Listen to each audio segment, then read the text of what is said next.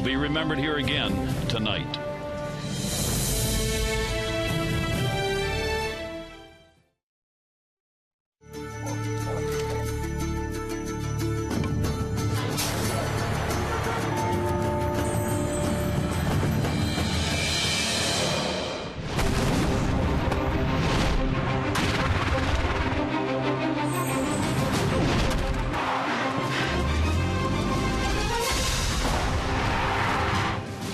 It's the Orioles en masse, and as the O's come home after a 500 road trip to open up an important and their longest remaining homestand, it's the Blue Jays in town to take on the Orioles. Hi, everybody. I'm Gary Thorne, and welcome for the Orioles returning back home. Home cooking's what we're calling it because it's very important. As the Orioles try and make their run towards the playoffs, they've got to take advantage of the home field advantage, and that has primarily meant home runs for the Orioles. They have out-homered the opponents here at Camden Yards and have put up a good number of homers themselves. So, can they do that the rest of the way? Well, we're going to find out as we're getting down to the short straws on this one. So far, 32-29 at home. Against the East here at home, they are 24-20. Their average at home, 2.53, much like their average overall. ERA a little higher at home than it is on the road at 4.29. Most home runs in this ballpark for this season, Chris Davis with 12. Adam Jones, highest batting average at home for the Orioles at 3.12. And the Orioles in series here at home have gone 9-9-2. And Rick Dempsey, along with trying to get that home cooking going, if you're going to make it, you got to play some D. Well, you really have, and I think what I've seen most that has improved about these Orioles as of late, bringing in Manny Machado to third base. The guy's the best defensive third baseman we've had here in quite a few years. You can see that already. Even though he was a shortstop in the minor leagues, coming up here right now, the transition has been no problem for him. He's made some spectacular plays. Go to left field, and you see Nate McLouth out there. Already you look across our outfield from right field, center field, left field. 3 Golden Glove players out there, and you've seen McLouth make some great plays and save some outs at the same time. This is going to be the key going down the stretch, pitching and defense. You're not going to get a chance to make the home run significant if you don't keep the other team from scoring. This is one team tonight that we've always had trouble with, keeping them off the board with home runs, but it would be nice if we played a little bit of defense and slowed them down. And Rick, they get Bautista back tonight. He's coming off the disabled list, so they'll have their leading home run hitter back tonight. The other thing the Orioles are going to face here is going to be the division, as you would expect. Going through the end of the season, these are what the Orioles have left in the division, and the record against the teams currently. 7 left against the Yankees, 6 left against the Red Sox and the Red Hot Jays, and 9 left against this Toronto team, 3 of which coming up here. The Orioles do have the winning record within the division, but obviously that's what makes it so tough trying to find a postseason berth. Oh, I think the season's balance is beginning right now.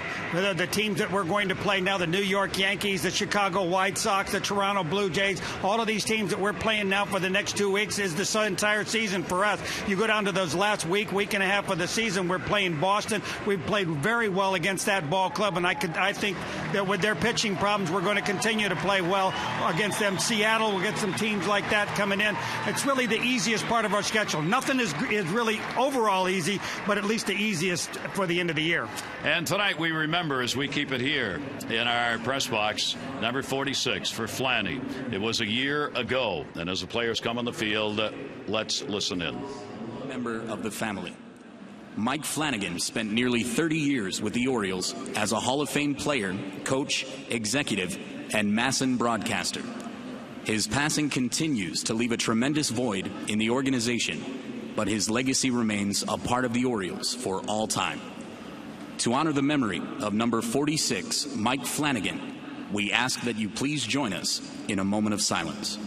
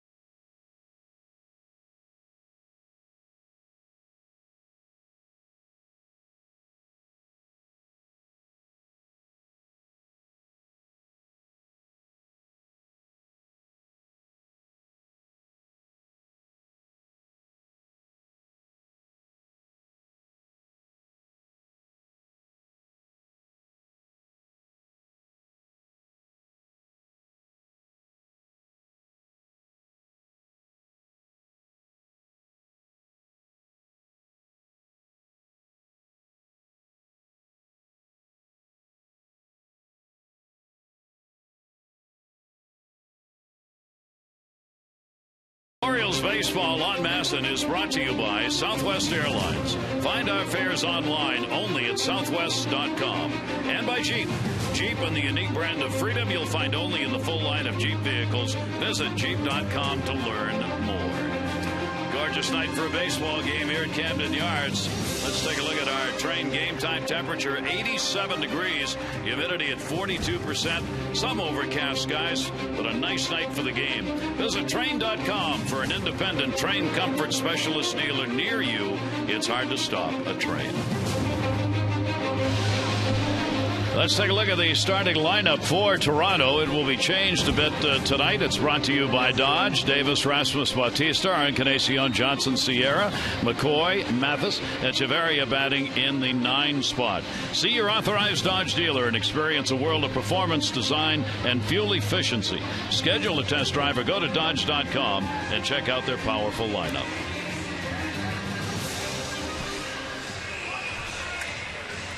Here's the AFCIA intelligence report. Visit AFCIA.org, the Association for IT Pros. On Zach Britton tonight, no harmony at home, 0-0 record with an 8.4 ERA, so he struggled a little bit here at the yard. Still a record setter, though. Last year came in, won 4 games in April. That's the most for an O's rookie.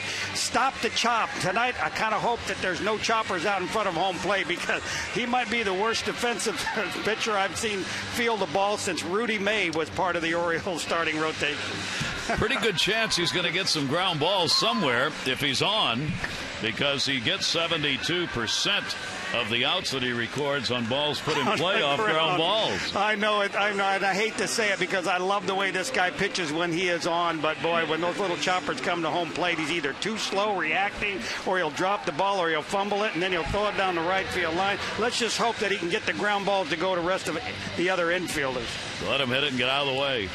All right, we are ready to go. The Orioles against Toronto have a 5-4 record. As we showed you, there are 9 games left to go. There is John Farrell. His ball club has just been decimated by injuries and continues to be so. They are 56-68. They've lost 5 in a row, and they have lost their last 6 games on the road. They are 25-38 away from the Dome in Toronto. He's had a very long season. For Buck Showalter, the continuing shuffle of rotation and players goes on successfully.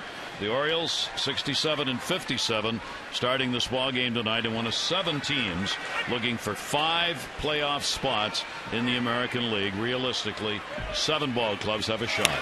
And we're underway, and that'll be foul back Rajah Davis. You know, though, Gary, you got to look at this ball club and think about what Buck Showalter and Dan Duquette have had to work with all season long, and the kind of players that they've brought in to fill a lot of the holes. And McLeod is just one of them. Machado, another. I mean, these guys have been spectacular since they've been there. Every single player that they've come up and given an opportunity to, at some time or another, has been, you know, very productive for the team. Great decision making and scouting to get a number of these players from various places. Davis, the great speedster, will take the pitch away, and the count will go to 2-1. Rajah Davis has had a really good year against the Orioles. He's hitting .308 against the Orioles. He's had a home run and 3 RBIs, and he'll take that one the other way for a foul ball. 2-2. You know, one thing the Orioles will be looking for tonight is if a Davis gets on, as in most of Toronto Blue Jays now, they're running a lot. You know, since Bautista hasn't been around, the home run ball isn't there for them. They're trying to make up for it by stealing a lot more bases. Second in the American League in stolen bases. This is going to be quick play, and Hardy knew it. You saw how he got rid of that ball in a hurry to get Davis. And here's the Orioles defense as we look around the infield and outfield. You see McLeod in left field, Jones in center, Markakis right, Machado at third, J.J. Hardy at shortstop. Flaherty's going to be back in the lineup again. Been a while for him. Reynolds at first base. Matt Wieters behind home plate, one of the best defensive catchers in the American League. Flaherty rejoining the team today, coming off the disabled list to do so. Brian Mattis is also up and working in the bullpen for the Orioles. The pitch will be taken by Rasmus. It is in there for a strike. The other moves today, Tommy Hunter was sent down, and J.C. Romero was designated for assignment. Those were the moves by the Orioles on this day before the game started. Nice breaking ball to Rasmus. So again, Buck Showalter We kind of jokingly say the first thing you do when you come to a ball game with the Orioles is you don't check the lineup, you check the roster and see who's on it.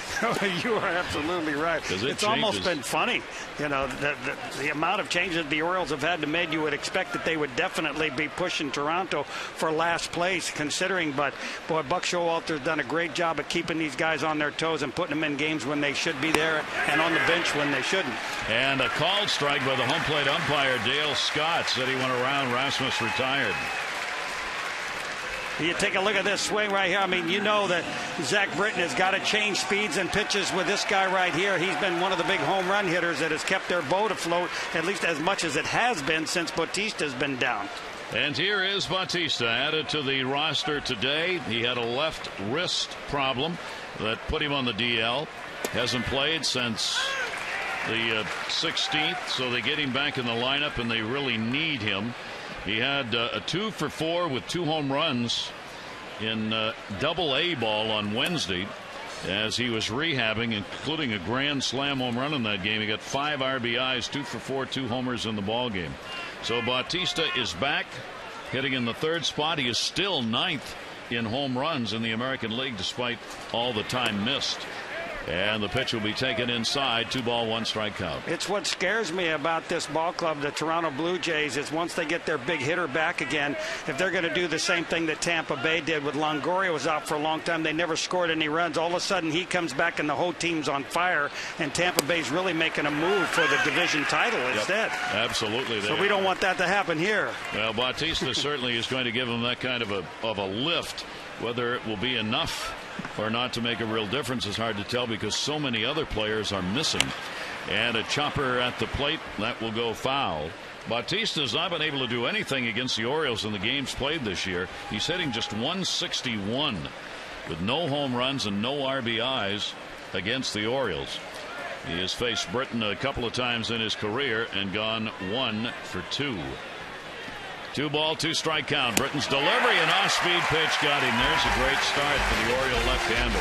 He retires the side in order with a couple of Ks. O's lineup coming up.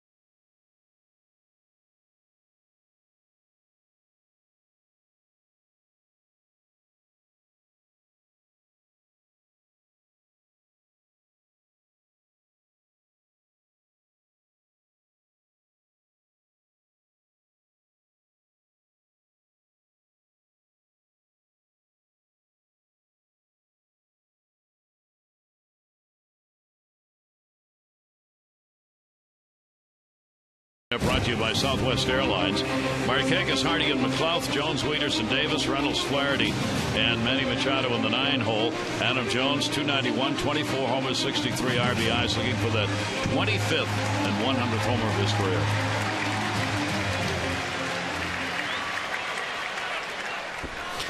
Well, you see the report on Carlos Villanueva, first time through. Boy, he is awfully tough. Opposing batting average only .059. The second time through, it's a little bit different. .412 they've hit off him. During the dog days, he's had a tough time. 0-3 with a 3.5 ERA. And Nick Markakis leads it off against him. And he should so suing them for lack of support, too. I was going to say I was a little slow on the read. His last 4 starts, they've only scored 9 runs for him. So hopefully we'll stay in that mode. Here's the 0-1 delivery to Markakis. That'll be taken for a strike.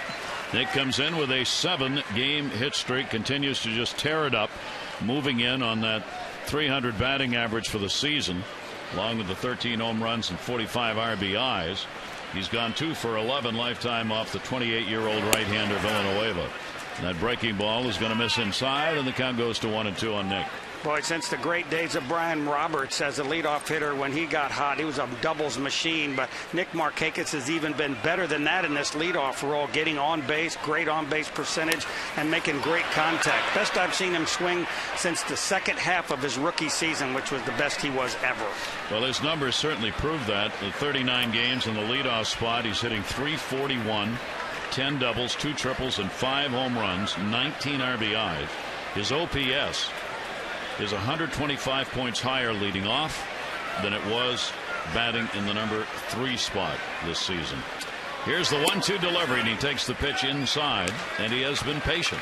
A 2-ball, 2-strike count. He has. You're right about that. He is working the count much better now than I've ever seen him do that, and it's really afforded him an opportunity to swing freer. You've seen a lot of off-speed pitches he's pulling now. He's hitting the ball with a little bit more power than I've seen him do the last couple of years. That'll be fouled off. Markakis holds the count. 2 balls, 2 strikes. Villanueva coming in with a 2-0 record lifetime against the Orioles.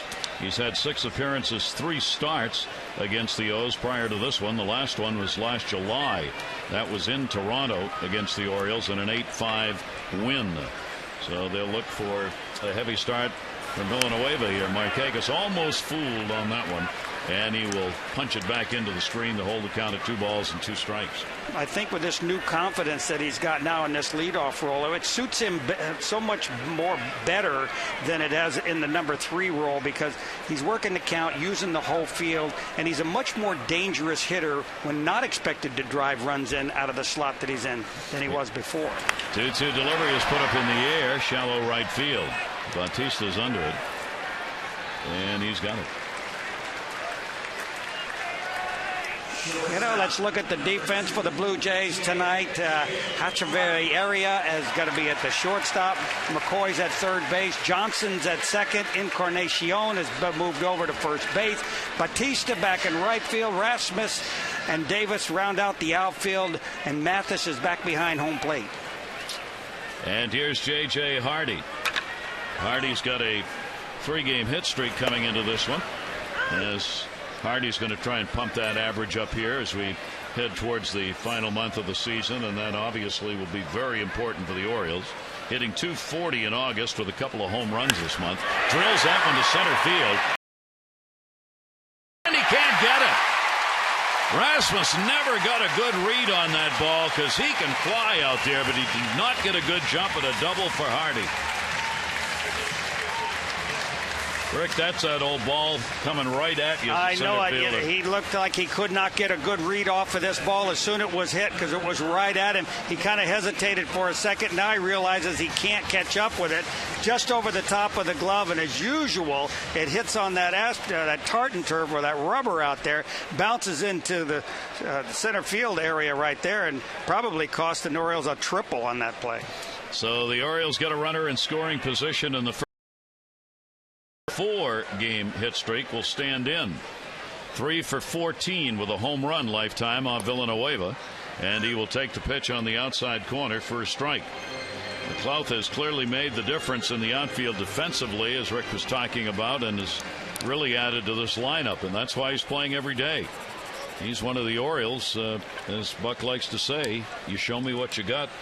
If it's helping the team, you're going to play. That's right. Well, right now, that's it. Everybody is on display. They're getting their opportunities to play, and if they become productive, then Buck Showalter is going to use them in this lineup. So there's a lot of opportunity out there for every single player to go out there and do and show what you're capable of doing, because we certainly need to put it all together right now.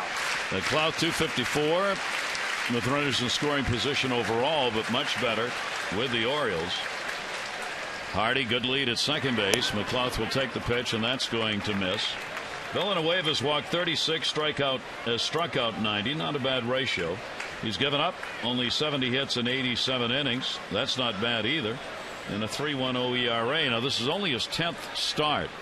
He has been used as a reliever 31 times. So 10 as a starter. Here's the 2-1 delivery. McLeod rips it. Will it stay? And no. He gave it the old fist English, but didn't help.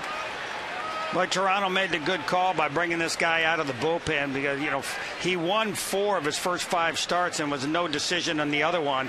Then all of a sudden he's run into a little lack of support problems with the team scoring him some runs, but you can understand why, without Jose Bautista in there. But this guy's got great stuff. 2 ball, 2 strike count. And an off-speed pitch, and somehow McLeod was able to find a piece of that and foul it off. He had him well out in front of that one. That was a nice changeup. 1 away, runner on at second base. Well, what I like about these new pickups that Dan Duquette has made, bringing in a guy like Nate McLeod, who's already been an experienced all-star in the National League. He's put up some pretty big numbers, 46 or 48 doubles in a season. This guy is a legitimate hitter and a pretty darn good player. He's had some injury problems, which is what caused him to lose favor with the Pittsburgh Pirates when he came up, but now he seems to have put it all back together again. He's hungry to play again. Here's the 2-2 delivery to him, strike on the inside corner. So Villanueva catches the inside corner. McLeod turning to Dale Scott, home plate umpire, 2 down. Wow, that just didn't look like that good a pitch to me right there. It looked way inside, and I know it was up just a little bit at the same time. But Orioles have not been getting a lot of good calls lately around that strike zone. It's been going on for quite a while now, so they're trying to change that feel amongst umpires, that this is a pretty good group of players, so sometimes it doesn't work in their favor. So our Nissan pitch track. Get to Nissan Summer Saving Days. Event ends September 4. Choose Nissan.com. That's where you can go visit, find out about it, or hurry into your local Nissan dealer. Here's Adam Jones. Jones, still 6th in hits in the American League. RBI opportunity, and he will go after the first one and foul it away. Adam Jones, look at the numbers against Toronto. Oh, my God. He's a power guy. I could just think back at a couple of series in Toronto where he just muscled and powered the ball out of the ballpark. That was right in the middle of his home run hot streaks, and he feels very comfortable against this ball club. He is 2 for 8 lifetime off Villanueva. Hardy off second base. There are 2 down now. Villanueva 0-1. Jones outside. This is where Villanueva has become even tougher. With 2 outs and runners in scoring position, the opponent batting average against him this season is 0-8-3. 3 for 36 against Villanueva with 2 outs and runners in scoring position. Well, it isn't all about his fastball. He's got an excellent curveball and a pretty good changeup for left-handers at the same time, and he's not afraid to go to it when he's behind in the count. Opponents have hardly hit him overall. 219. Left-handers are hitting 221. Right-handers 217. Home runs, he has given up 11 home runs, 8 by left-handers this season. That seems to be the only soft spot. While Adam Jones has done a job getting people in with that number you saw. 2-1 delivery, came back inside and caught the corner. 2-2. When you stop and think about it, he could have won every single start. If the Toronto Blue Jays could have put 4 runs on the board every single time he started, he right now would be undefeated. How's that? That's pretty amazing. That's the kind of numbers he's putting up. 2 ball, 2 strike count.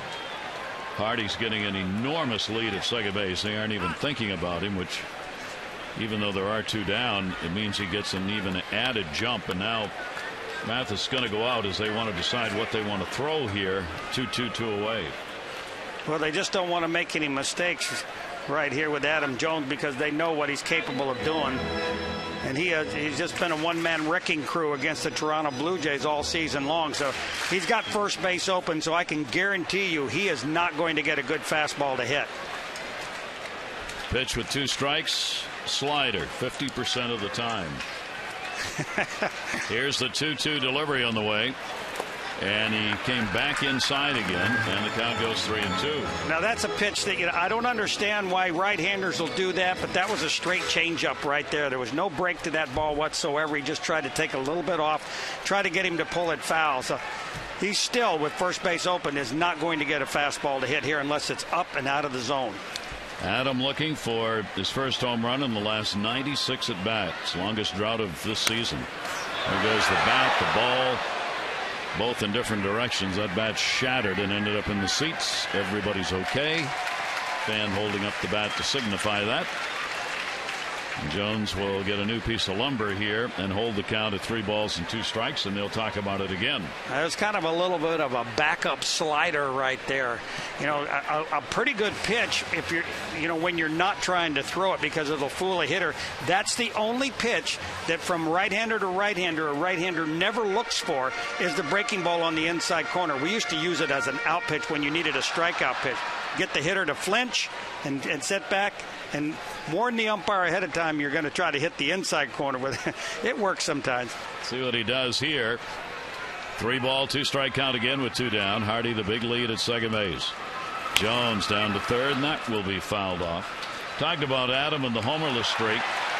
The longest of his career without a home run, 108. That was back in 2008. 108. He's up to 96 at bats, and he's been trying to get that big mark. It would be a 25th home run of the season and the 100th of his career.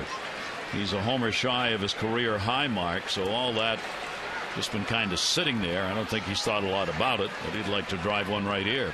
3-2 delivery on the way, and way outside, and he walked it. And he didn't get one, Rick. No, he wasn't going to. I mean, they realize, you know, the situation, you don't want to let Adam Jones beat you. That's the one guy in this lineup they will pitch around like that. First base open, he's not going to get a good pitch to hit, and that's why it's so hard for a hitter of Jones's caliber to put up big numbers, because you have to learn for a while to look for the breaking ball, and it, you know, it doesn't come real easy. Here is Matt Wieters. Wieters is going to be looking for the first hit of his career off Villanueva. He's 0 for 10 lifetime off the Toronto 28-year-old right-hander. Runners at first and second base, and 2 down. Wieters will take it. It's there for a strike. Matt has had his problems against the Toronto staff this year, hitting just .154 with 1 home run and a couple of RBIs against the Jays. These teams in the games played, 9 of them have played very close. Buck Showalter's ball club and John Farrell's club, the numbers are almost identical. Average home runs, runs per game, ERA, not much of a difference. Here's the 0-1 delivery. Wieters in the dirt. Nice stop made. Mathis will hold the runners at first and second base. You take a look here, the highest slugging percentages with runners in scoring position in August belongs to the Orioles. Then the Giants, Mariners, and Rangers. So the Orioles have been getting those extra base hits with runners in scoring position here this month, and that obviously creates runs. 1 ball, 1 strike count. Odd shift on against Wieters. The shortstop's playing almost behind second base. The third baseman, McCoy, is in the position. There's nobody in the shortstop hole. 1 ball, 1 strike count. And Wieters on a swing and a miss. Look down to second base. Hardy back easily. You know, that was a very good pitch in that situation right there. But Matt Wieters was on that pitch. He just missed it because it had a lot of break to it. This is one good situation for Matt because he's a good off-speed hitter, and especially the straight changeup just kind of seems to work right into his repertoire. He's not a better fastball hitter with men in scoring position. He's a darn good off-speed hitter. Fastball came inside. So they are working Villanueva here in the first inning. 2 ball, 2 strike count. He's thrown 28 pitches so far here in the first, about double what he would like to have thrown. You know what, I look back to at Nate McLeod. Now they just called McLeod out on a worse breaking ball than that one right there. But you see the way that Matt Wieters took that pitch. He got it for a ball. 2-2 count. Hardy and Jones on. Wieters puts it up in the air, left field. It is not deep. Rajah Davis coming, diving, and makes the catch. And only the speed of Davis made that play possible, and Wieters is denied a base hit and an RBI. Rajah Davis for the first good defensive play in this ballgame.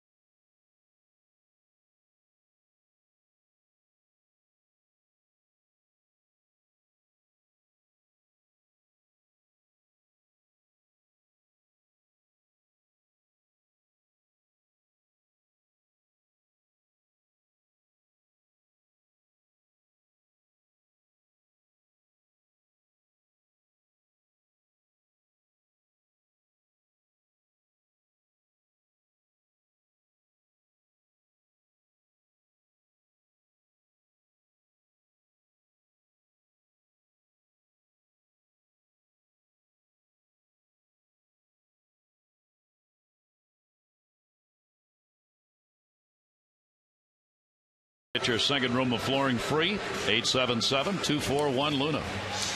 Well, this story just into us. The Red Sox are blowing it up. Gordon Eads of Boston.com has reported the Red Sox are going to trade Adrian Gonzalez, Carl Crawford, Josh Beckett, and Nick Punto to the Dodgers. The Dodgers are going to send back James Loney, Ruby De La Rosa, Jerry Sands, Ivan DeJesus, and a top prospect. The deal has not been officially announced according to the report because of medicals that need to be taken by the players, but the players have been scratched from the lineups. Wow. Gonzalez, Crawford, Beckett, and Nick Punto to the Dodgers for Loney, De La Rosa, Sands, DeJesus, and a top prospect. Oh, my gosh. That sounds like a deal that you'd see from the Marlins. Not official, but that's a report out of Boston. Yikes. Here's Edwin Encarnacion, and the pitch to him is taken for a strike.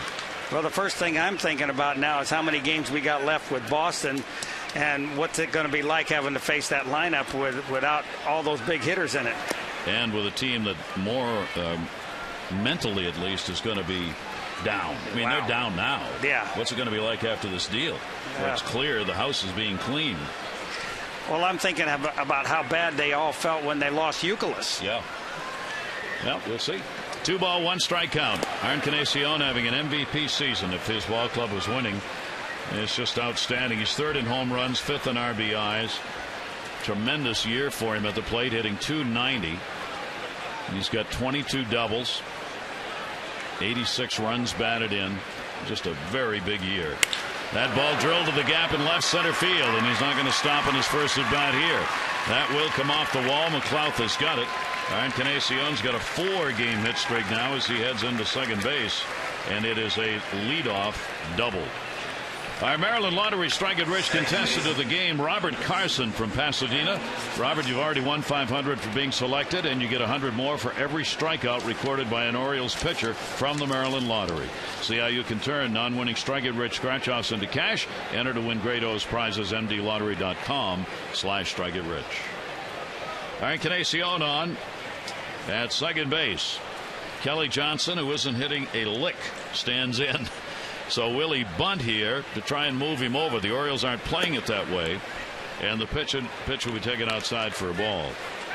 What a tough year it has been for Kelly Johnson at second base, the regular there, hitting only .224, 14 homers, 46 RBIs. He has struck out 131 times.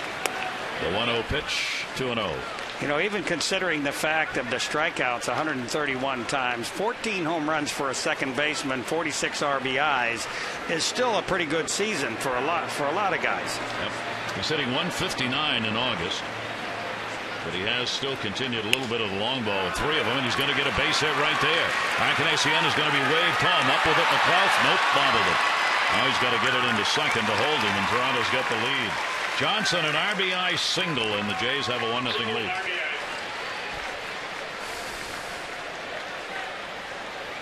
Well, that's the kind of thing you don't expect. You watch this inside-out swing, and he hits a line drive to left field. Well, watch McLouth when he comes in. He knows he's got to make the throw to home. He takes his eye off the ball just a hair too soon. Would have been a pretty good play, but I think not too many teams really have a lot of respect for McLouth's arms. It's more his speed, get to the ball and get rid of it is what he has to do very quickly.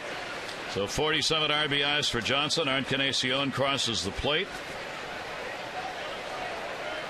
Moises Sierra. And Sierra will take the pitch for a strike. Sierra is acting as the designated hitter in this ball game tonight for the Jays. The Jays are without Escobar. He is out on paternity leave for at least this first game. So they've had to juggle the lineup. Their first baseman is also out because of an injury. So John Farrell has had to move him around a little bit in this game, and Sierra is one of those, a rookie who gets a chance as the DH in the game. Cooper, their rookie first baseman, hasn't played for the last 2 ball games. They don't want to DL him, but they're not sure whether he's going to be able to stay off that DL or not. Sierra with a runner at first base, the 0-2 pitch, and that will be fouled off at the plate and hold the count at 2 strikes. Well, you think about the Toronto Blue Jays and all the problems that they've had. 13 players from their 25-man roster have been put on the disabled list so far this year. That reminds me of the Boston Red Sox from 2 years ago when more than half of their team was on the disabled list at the same time. Yeah, that's a lot of folks, all starters. 0-2 count on Sierra. Throw over to first base as Johnson gets back to the bag. Against a Britain, not a lot of runners here. It's only his 7th start. Base stealers only 1 for 3 against him. Ellie Johnson over there stepping off decent lead. He's stolen 10 bases, 10 for 12. So that's the interest for Britain. Matt Wieters throwing out 34% of base stealers at this point for the Orioles behind the plate. 0-2 count on Sierra. Johnson leaning, not going. Great pitch. Came down and into him. He had no chance on that one. First out. Real good pitch in that situation. 2 strikes and no balls. You don't really want to throw a pitch that's going to catch any big part of the plate at all. And he gets this slider down and in. It almost has to be a pitch that's going to bounce in the dirt, and that's exactly what it did. You see Wieters picking a little short hop, but that's how he's supposed to pitch. Not try to get anybody up in the strike zone, because there's more trouble up there than there is if you keep the ball down by the dirt. And our Exmo brought to you by Toshiba. That will be foul back by Mike McCoy. McCoy getting the start at third base in the ball game tonight. A veteran, recall from Las Vegas AAA, second time up with Toronto this season. This is the 86th game that he has appeared in for the Jays. McCoy with a runner at first, a run in here in the first inning. Toronto's not had a lot of success against left-handed starters this year. They are 13-21 against left-handed starters on the season. And as we mentioned, as Rick was talking about, they don't get a lot of runs. They've scored 3 runs or less in 6 consecutive ball games. And if they don't get some runs, they're in deep trouble. That's what's happened to the staff. The runner goes. Play's got to be made over to first base. Machado gets it there in time. And there are now 2 away. Runner down at second base. Well, that's what's happened to him, Rick, here with the talked about the injuries. That first 90 games, I mean, they were right in the mix, playing 500 ball. The runs were up, home runs up, batting average pretty good, runner in scoring position. All of that has tailed off since the injuries. Well, you know, Batista gone, they've got, you know, there's no fear in the middle of that lineup. It just changes everything around. Encarnacion got pulled up in the lineup, and he did a pretty good job, but outside of that, everybody else was out of order. With that guy right there back in the order again, he commands a lot of respect. There's a lot of fear in everybody's heart when he's up there with men in scoring position. Now here is Mathis, the catcher. He's had a lot of extra base hits. 17 of his 36 hits this year have gone for extra bases. He's reached his 7 home run mark, the most he's had since 2008 in a season. Runner at second base, 2 down, 1-0 delivery off the end of the bat. Foul back. You see, now there's a situation too. We go right back to how did they pitch Adam Jones with first base open. They didn't give him any opportunity. A lot of 3-2, 2-2 breaking balls, off-speed stuff, and things that, you know, hitters don't look for. Here's the same situation again with Mathis up there. We don't want to give him a good fastball to hit. That's what he just got, and he fouled it away. But with first base open, that's the kind of pitches you're supposed to get right there to swing at. Nothing really good, because if you get a base hit, you know, you don't really want to let him get that shot to right field if you possibly can. So you stay away from the slider down and in for a strike, and you stay away from fastballs, you know, middle away, you know, to let him hit a line drive the opposite way. You've got to find some other way to get him to swing the bat. 1 ball, 2 strike count. Britain's delivery to Mathis. Again came back inside. For Zach this season, the Orioles' 24-year-old left-hander, he's been hit hard. 301 the opponent batting average. And it hasn't mattered right or left. Lefty's 311, right-handers hitting 295, and he has really struggled here at home with an ERA of 8.5. He's only had a couple of starts at home. Against Oakland, he gave up 6 runs, 5 2/3 innings. Against Seattle, he gave up 7 runs in 5 innings in the 2 home starts. Just missed with that one. Third time staying in on him, and it's 3-2. I would love to see Zach go back to that big slow curveball he had last year. It's a pitch that, it's basically a changeup with a little movement to it to throw hitters off and to keep away, a breaking ball to use away to right-handers. That one was away, and it was fouled off third base side, and the count stays at 3 balls, 2 strikes. Against Toronto, he's had only 1 start. That was in June of 11. He took the loss in that game, gave up 5 earned runs, 7 total on 6 hits, 3 walks in the ball game. Arancibia hit him up for a 3-run homer in that game. Not in the lineup tonight for Toronto. 3-2, runner off second base, 2 down. Up high, and he walked him. So a double, a single, and a walk in the inning. Toronto with a run in and runners at first and second now. 20 walks in 32 innings pitched for Zach Britton this year.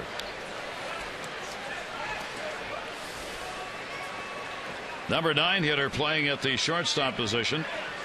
Echevarria comes up, not having played against the Orioles this season, and gets a chance right here, the rookie, to pick up an RBI.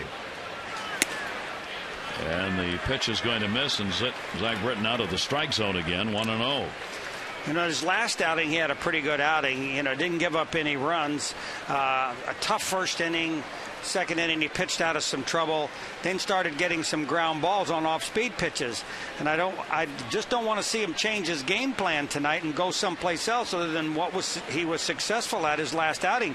Is a lot of off-speed stuff early in the count and then get people out with that fastball up and in. It seems like more of the Orioles starters that seems to be, their approach. But if that's what it is, that's what you got to go with. Echevarria with a 1-0 delivery to him. That ball put up in the air to right field. And Markakis has it lined up. And he's got it. So for Toronto, they will pick up a run on 2 hits, no errors, leaving 2 base runners on. The Jays get the early lead, 1-0.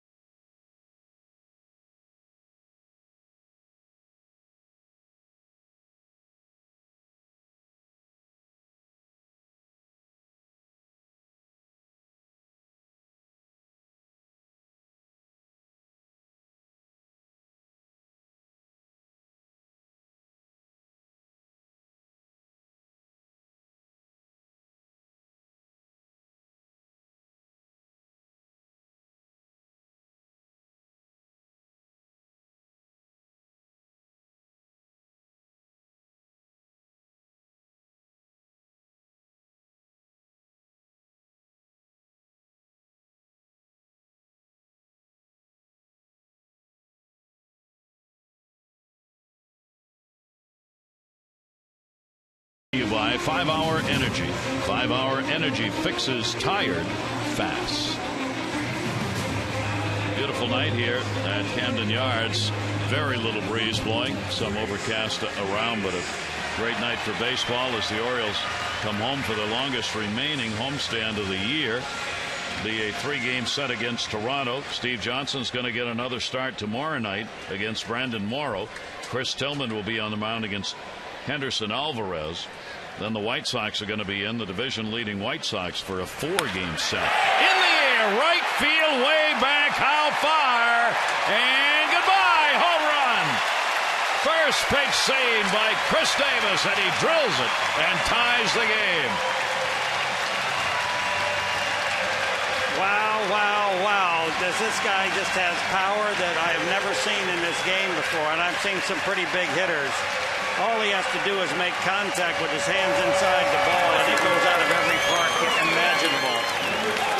And the work that Jim Presley has done with Chris Davis on trying to improve that swing. You see Mr. Presley right there, and he is the most proud of all of them, because when this guy is on the ball with hands inside, he is as dangerous a hitter as there is in the game today.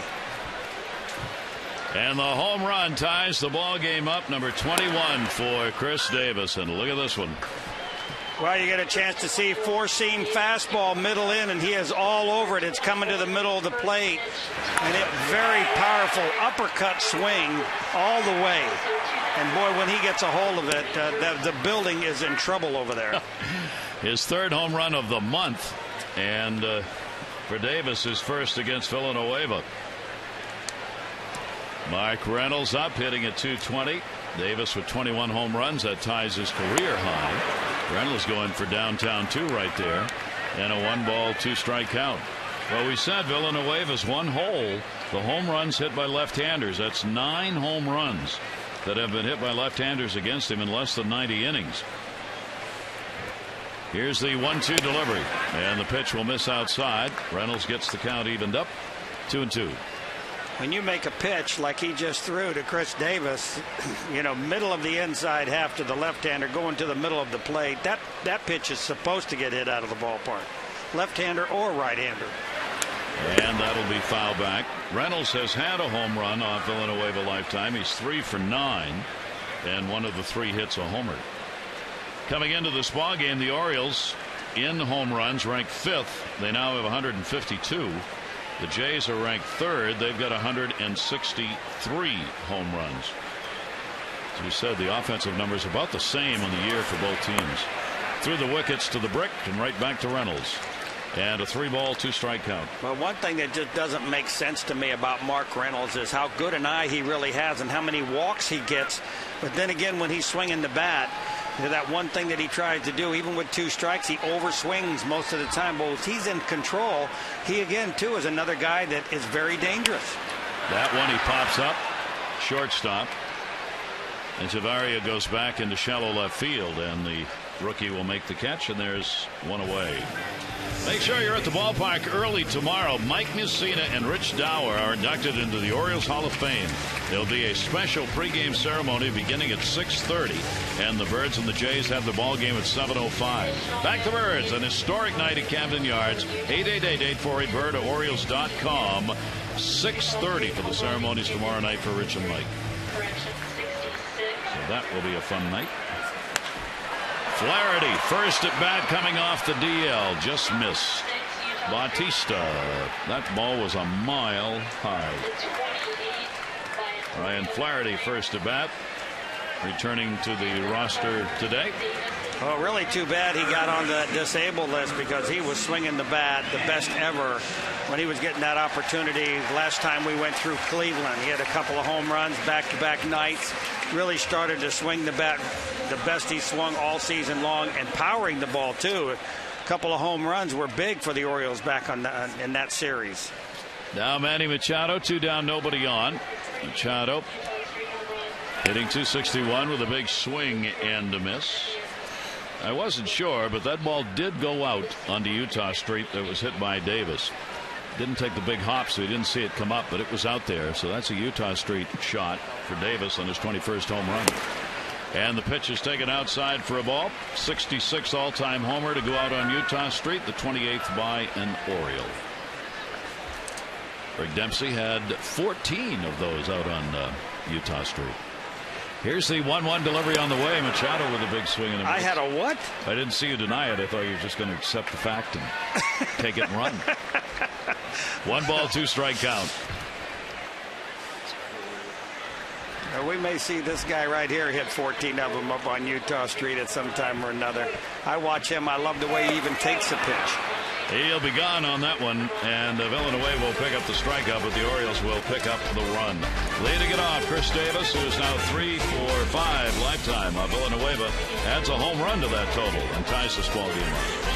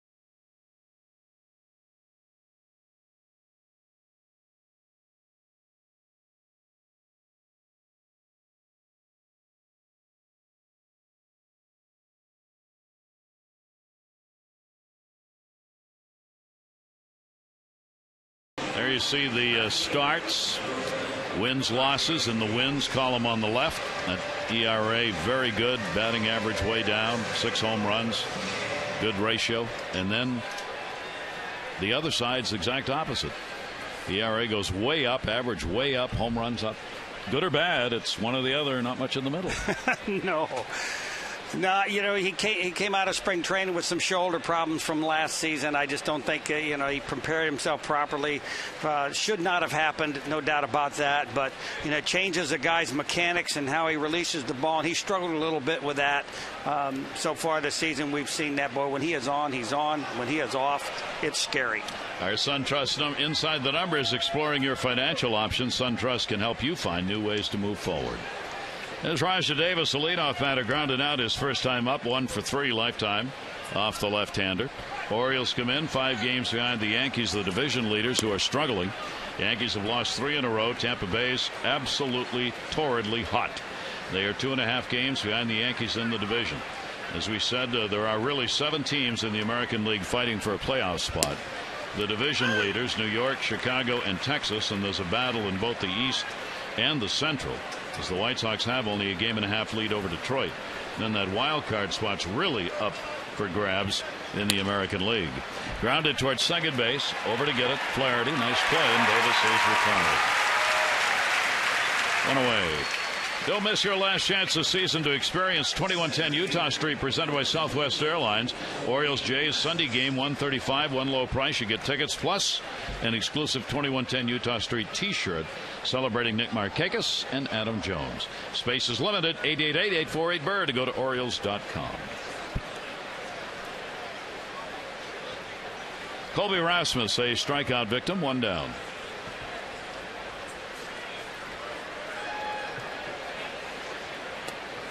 And he'll take the pitch for a strike. Wild card race right now. The teams that have a shot: Tampa Bay, the Orioles, Detroit, Oakland, and the Angels, who are 5 games out. They are in the wild card race. And obviously 2 of those teams, Detroit and Tampa Bay, in a division race. 0-2 the count. Zach Britton, 1 walk, 3 strikeouts. Rasmus waiting in the 0-2. That's right there. He just froze him. Wow, what a good sequence of pitches right there. I like that.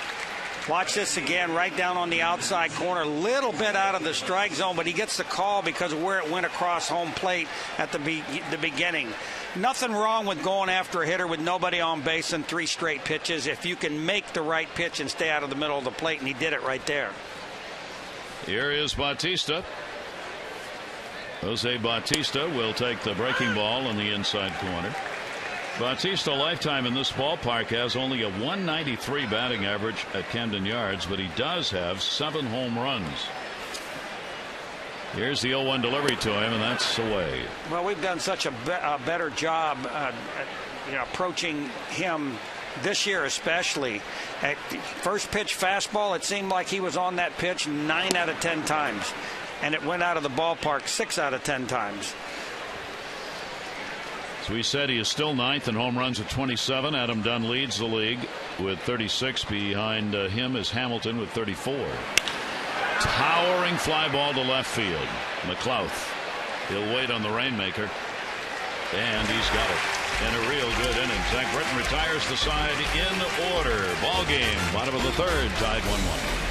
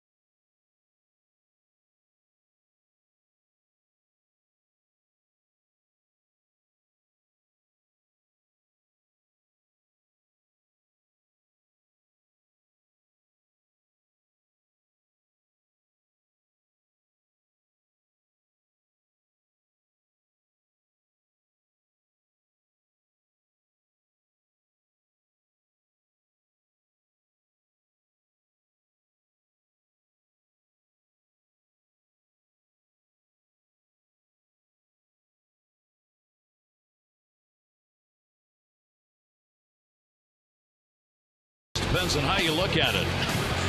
A lot of friends meeting on the field and in the stands. And in this one, Zach Britton making the start, 2-1 on the year. He's got 4 strikeouts so far. Chris Davis, first pitch he saw from Villanueva, he put it out onto Utah Street. That tied the game up as Kelly Johnson had an RBI single for Toronto in the second inning. 1-1. Now you can see where Zach Britton is really starting to get locked in a little bit sooner than he had been. That's something you look for in a pitcher is knowing, his mechanics at that point, how he really wants to release the ball early on and using all of his pitches. Markakis goes after the first pitch to Kelly Johnson. He is retired. Nick Markakis with an 0 for 2 in the ball game. 1 away, bottom of the third inning.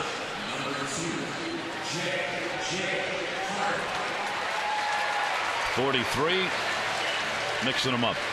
Well, now we're getting through that second time in the order, Gary, where he gives up a lot of hits during this time. 412 batting average in his last 4 starts, with that second time through the order, which is basically about the 4th inning on. See what happens here as Hardy's up. Hardy had a double his first time up. Now has a 4-game hit streak, and he really hits Villanueva. He's 7 for 10 with a home run off Carlos Villanueva. Here's the 0-1 pitch, and it'll be taken outside. 1 ball, 1 strike count. Well, more so this year than I've seen the first couple of years that he was here. He's starting to use the right side of the field a lot more. You can see the right fielder is shaded over into right center field, and that opens up a lot of the field to him, and not tough for him to go that way when he's looking. You see the right fielder right there way off the line and covering that line. Anything that's hit where the second baseman normally stands to the first base line is a double for him. It's Bautista playing the gap in right field, and he was just talking with Rasmus on coverage out there so they don't run into each other, because a ball hit to what would be straightaway centers up for grabs, because Rasmus and Bautista are about the same distance away. And that is a real swing in the outfield, and the infield swung around the same way. Here's the 3-1 delivery. There's a changeup in for a strike. 3-2. Villanueva's not afraid to throw that changeup on any count. This year, who hasn't been? This has been the year of the changeup on any count, I swear. You see more pitchers now that come in that pitch like finessers, throwing the curveball, the changeups over early in the count. That's an off-speed breaking ball down the line, foul territory, and that'll end up in the seats. And then they throw the fastball later on. It's the way that Tillman has to pitch. It's the way Gonzalez has to pitch. It's the way Steve Johnson has to pitch. They got to get that stuff over early because the fastballs are straight and there's really not enough velocity, with the exception of Tillman, who occasionally throws 97. You see Johnson there. He knows how important it is for his game to be able to get the off-speed stuff over. Otherwise, his fastball would just get crushed. He's a very smart pitcher. He'll get the start tomorrow. They made that official before, Orioles did, before the game today. Hardy waiting again. Here's the 3-2. And that one will go down to third base. McCoy gets it. Couple of ground ball outs and 2 away. Masson's social media weekend presented by the Hair Cuttery is underway. You can win seat upgrades, autograph gear, meet and greets, free haircuts, and more. Details are posted on the Masson Orioles Facebook page. You go back to school with a great new haircut. Visit Hair Cuttery today for a look that will turn heads. Here is Nate McLouth. McLouth called out on strikes his first time up. And the pitch is inside, off-speed pitch to start him out. McLouth now 3 for 15 with a home run in his career on Villanueva. 1-0 delivery. Lifts the arms up. It's down low anyway. And the count goes to 2-0. I like how quiet he stands in the batter's box. We haven't had an opportunity to see a lot of him since he's been here. But the thing is, he doesn't seem to be off balance very much against off-speed pitches, which tells me, that he can be tough. A few more at-bats, maybe a couple more games under his belt, and he should be back to where he was when he left the National League. He played in 34 games for Pittsburgh, then on to 47 games for the Tides, and then coming up for the Orioles. This is game number 18. McLouth up the middle. That's right where they were playing him. Echeverria will make the play over the first base. 3 ground ball outs here in the 3rd inning. 3 complete at Camden Yards. Zach Britton will go back to work. Ball game tied at 1.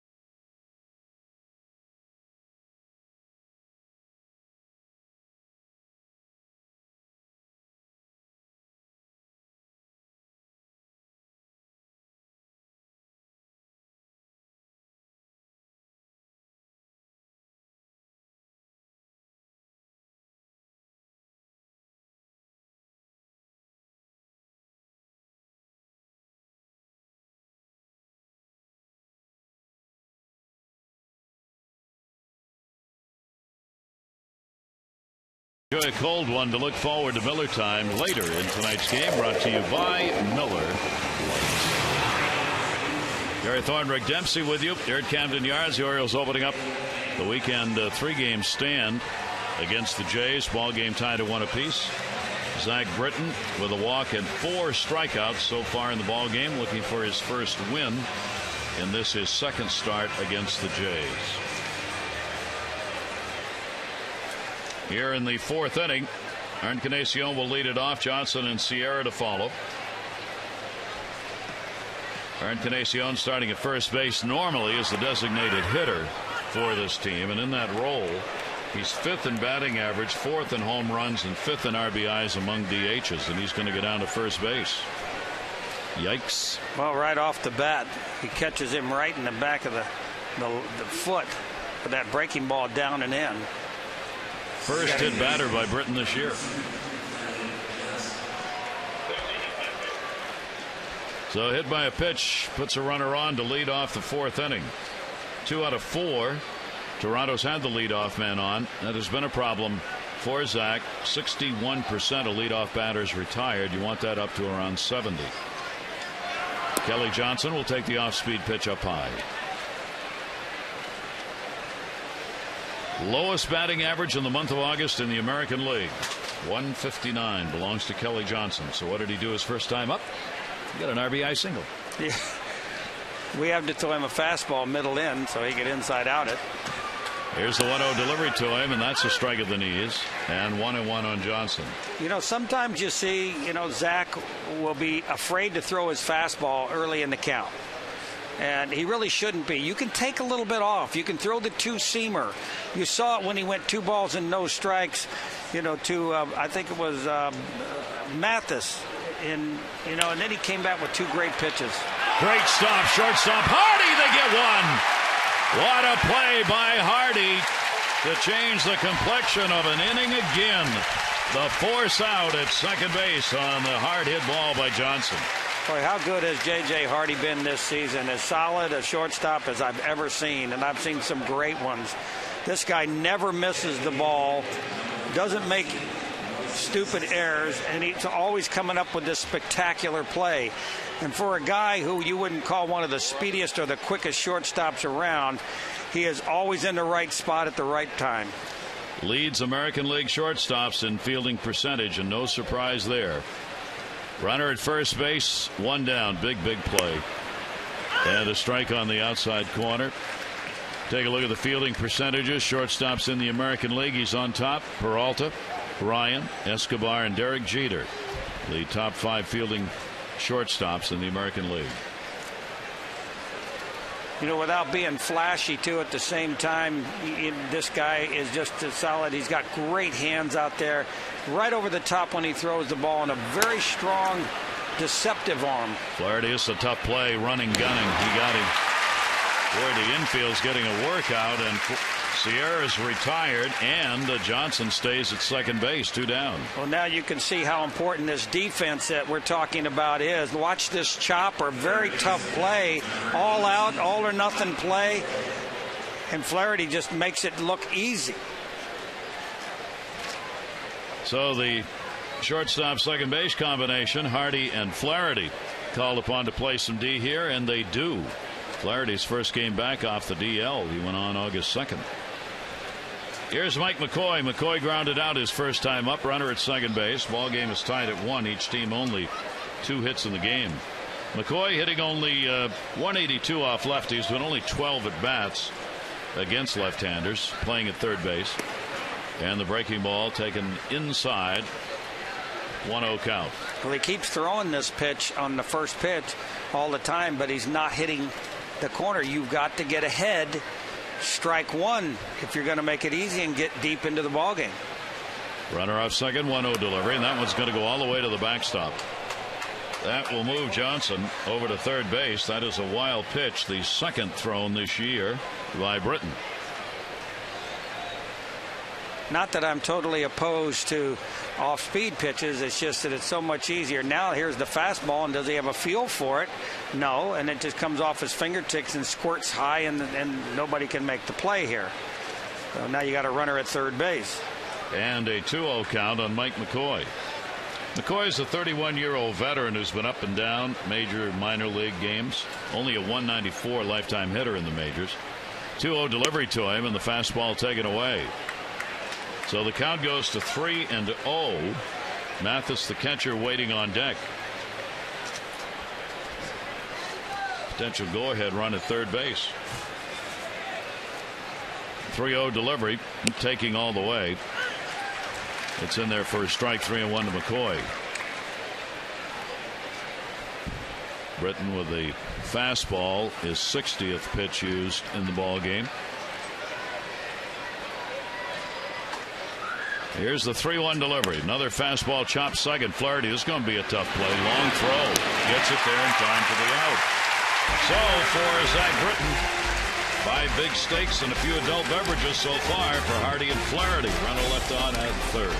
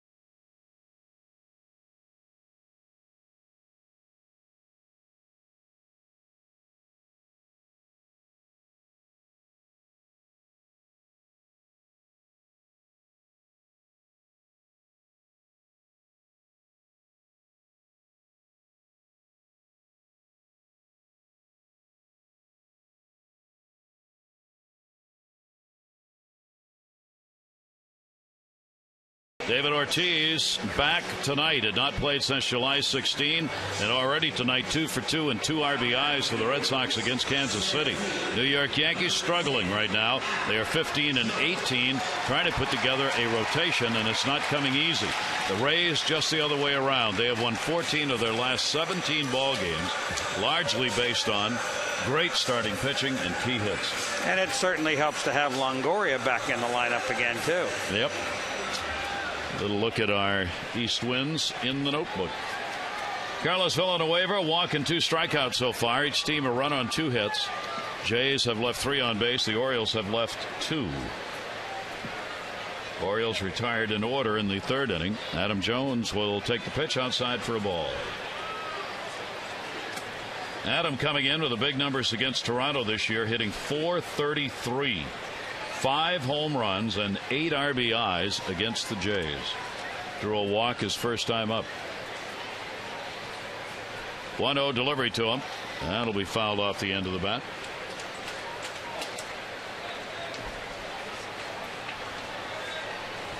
It still just surprises me, Gary, how many young, even guys that have good fastballs are afraid to throw them early in the count. It's a lot of breaking balls, a lot of changeups, that sort of thing. When a guy's got a 95, 96 mile an hour fastball, you have to establish that early in a ball game. 1-1 delivery, swing and a miss. Villanueva's been throwing first pitch strikes 11 out of 13 first pitch strikes thrown so far in the ball game, but as Rick notes, he will pitch backwards. He does. A lot of them do now. And they forget, it costs a lot of arm strength and a lot of extra pitches when you throw so much off speed early in the count. Adam Jones will take the count to 2 balls and 2 strikes. Orioles leadoff batter. Orioles got the leadoff home run from Davis in the 2nd inning. He'll be due up 3rd in this inning. Villanueva with a 2-2 and foul back. Adam Jones got his Uganda t-shirt today from the Little League Ball Club, represented at the Little League World Series. One player on that team, as Oriole fans may know, talked about him being the favorite player and a role model, and he sent gifts along, including autographed shoes, and I brought him back a t-shirt today from the kids from Uganda. 2-ball, 2-strike count. Outfield very deep. And Jones is gone and not arguing. So Villanueva, 3rd strikeout. Well, you see this again too, pitching backwards all the time, and now you throw the fastball down on the outside corner and you freeze the hitter. It's a tough way to pitch all the time, but if you can be effective all season long, I'll take my hat off to you. And our pitch track brought to you by Kia Motors. To learn more, visit kia.com. Matt Wieters flied out to left field his first time up, robbed of a base hit by Raja Davis on a diving catch. Big hopper to Encarnacion, 2 down. These 2 pitchers are right now controlling the ball game, especially Carlos Villanueva. Here is Chris Davis, and this is where that ball hit. There's the marker. Right there. Wow. 66th all-time home run to hit out there in Utah Street. And the 28th by an Oriole. That's a one-hopper. That one definitely went off the glass in my restaurant down there. Just bring more people over. And Davis will take this pitch for a strike. That was like looked like we had a golf tournament going on and marking where the ball went in the rough with that big stick. With that big stick, yeah. That was the home run in Utah. So Chris Davis, 21 home runs now and 61 RBIs. What a changeup floated in right there. 1-1. If Chris Davis ever really gets into a good fastball with one of his real big power swings, there's no doubt in my mind he will hit it off the warehouse. He has got that kind of power. Want to see that one. That'll be outside to him. With Davis getting that home run, a new Camden Yards mark has been recorded. It's the 9th Utah Street home run this season. The previous high in 1 year was 8, and that was set back in 2008. 2-1 delivery. Davis will foul that one off, and the count at 2 balls and 2 strikes on him. That was that pitch right in the same location again. Maybe just a little speed taken off of it that time. He has that pronounced uppercut. That's what he does. That's his job. Hit the ball in the air and hit it far. So he gives you a pretty good uppercut on a pitch that's down that he can go after. Here's the 2-2 delivery, and he does, and he hits it deep. It is way back. It is high, and goodbye. Home run. 2 for 2, and the Orioles have a 2-1 lead.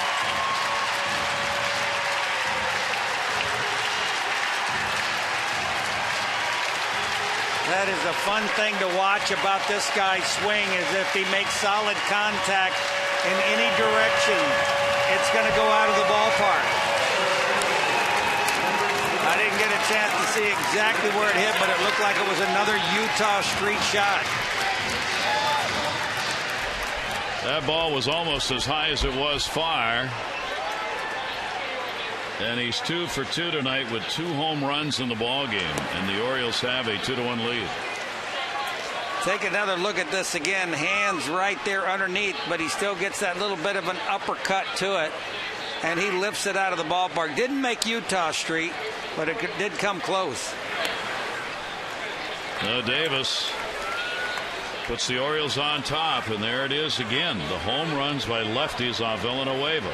That's 10 that he surrendered to left-handers, and 13 overall.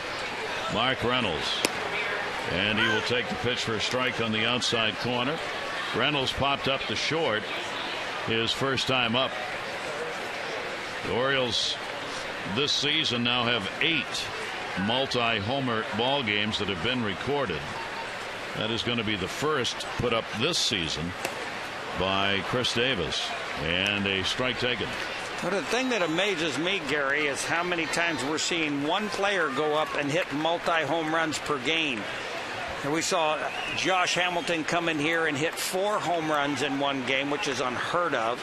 Beltre hits 3 in the game the other night, 2 again tonight, with an opportunity now, for Chris Davis to maybe hit a 3rd home run on the night. And it just amazes me how the ball can fly at times. Well, that's his second, only his second multi-homer game. Last one was in 09 against the Yankees. That ball is short. That's caught. It's very able to put that one in the glove and get the sign from Dan Iasonia, the third base umpire. But for Davis, 2 home runs, 22 on the season, and he gives the Orioles a 2-1 lead.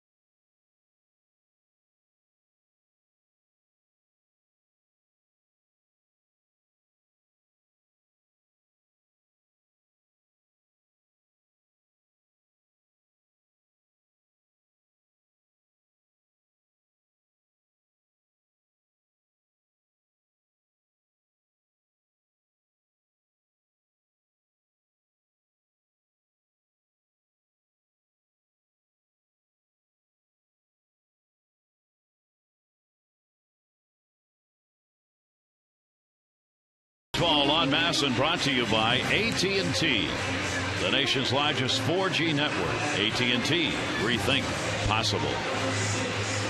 That's what it'll look like if you're riding in the car in the Grand Prix in downtown Baltimore. And if you say that's what it looks like when you're driving downtown Baltimore now, you're in deep trouble. Barriers being set up around the city for the race to come. And all the big cars that'll be here as a part of that. Pretty exciting for the city to have the second year that they're having that Grand Prix race here.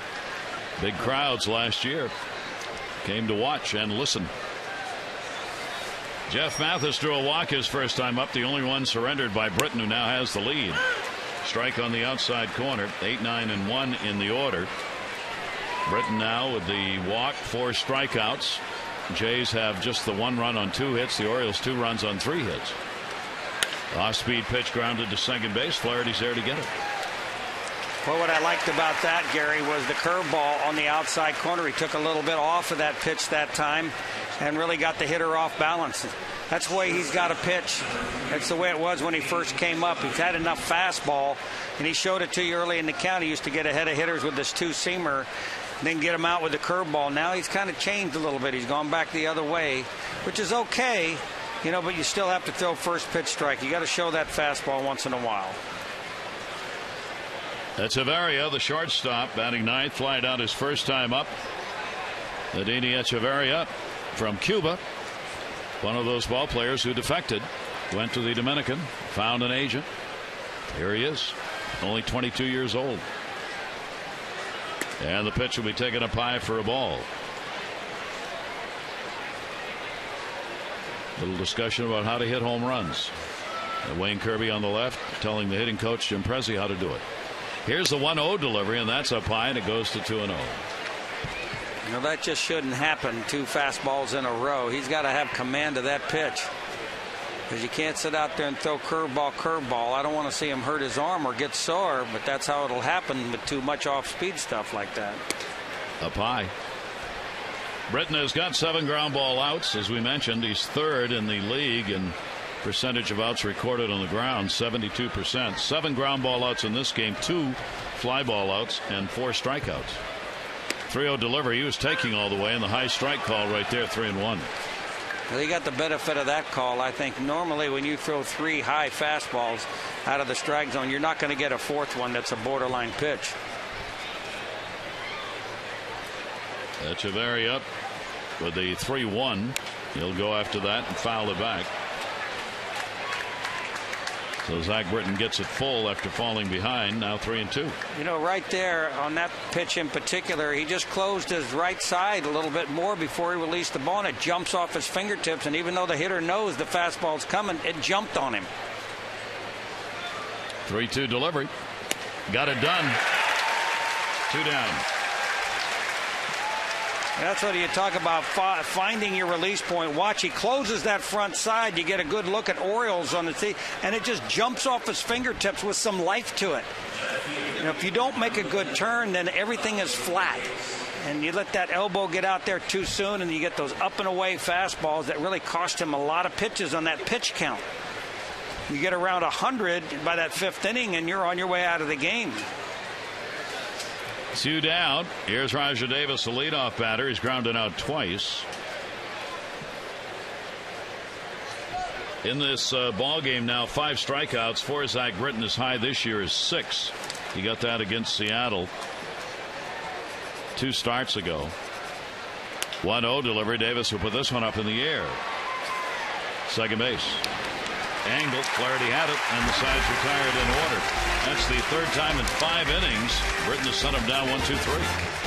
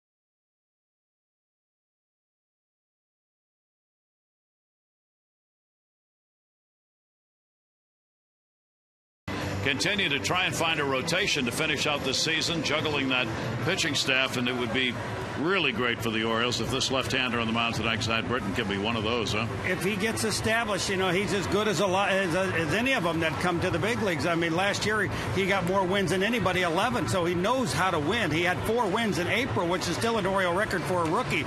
And this guy has just been struggling with his release point and what he needs to do. Last 2 innings, you saw him make a good turn out there. Fastball start jumping off his fingertips. He's going to go strong into the 8th or maybe the 9th inning if he continues to make that good turn. For the Orioles, that's all they ask of their starters, all you ask of any of them this year. And the bullpen continues to be the magnificent difference for this ball club. Boy, they really are. Once you get to that 8th inning, just turn it over to Strope and Johnson in the 9th. They finish it off, and they've been successful doing it. The Orioles trying to add to a 2-1 lead now against the Jays, batting here in the bottom half of the 5th inning. This is Ryan Flaherty. Flaherty in the ball game, only one at bat. He flied out to right field, and he will take that pitch down low. Carlos Villanueva falls even with the count now, 1 ball, 1 strike.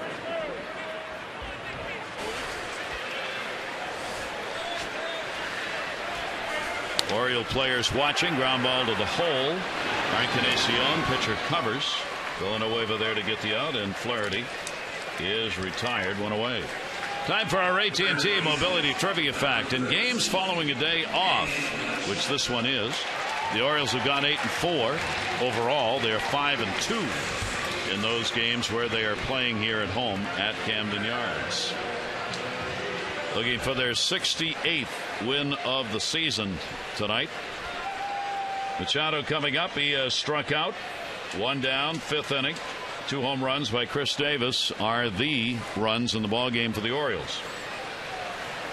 And the pitch is taken up high for a ball. You see the most total bases in the first 7 home games. Manny Machado right there with Ramon Hernandez, Reimold, Williams, and Alomar in Orioles history since '54 when the ball club came here. 1-0 delivery, and there's a great off-speed pitch in there for a strike, 1-1. I've tried to find a weakness in his swing. I really haven't been able to see anything. I love the way I love the way this guy even takes a pitch on balance. Yeah, you can get him out and you can strike him out, but sooner or later, after he gets some experience up here and has half an idea of how they're going to pitch him, this guy's going to be really something special. His power and extra base power and home run power, we've already seen it, and a lot of times it's been off-speed stuff already that he's adjusted to. 1 ball, 2 strike count on him. Machado will launch that one. It will bounce away from Mathis, the catcher, and will even the count up at 2 balls and 2 strikes.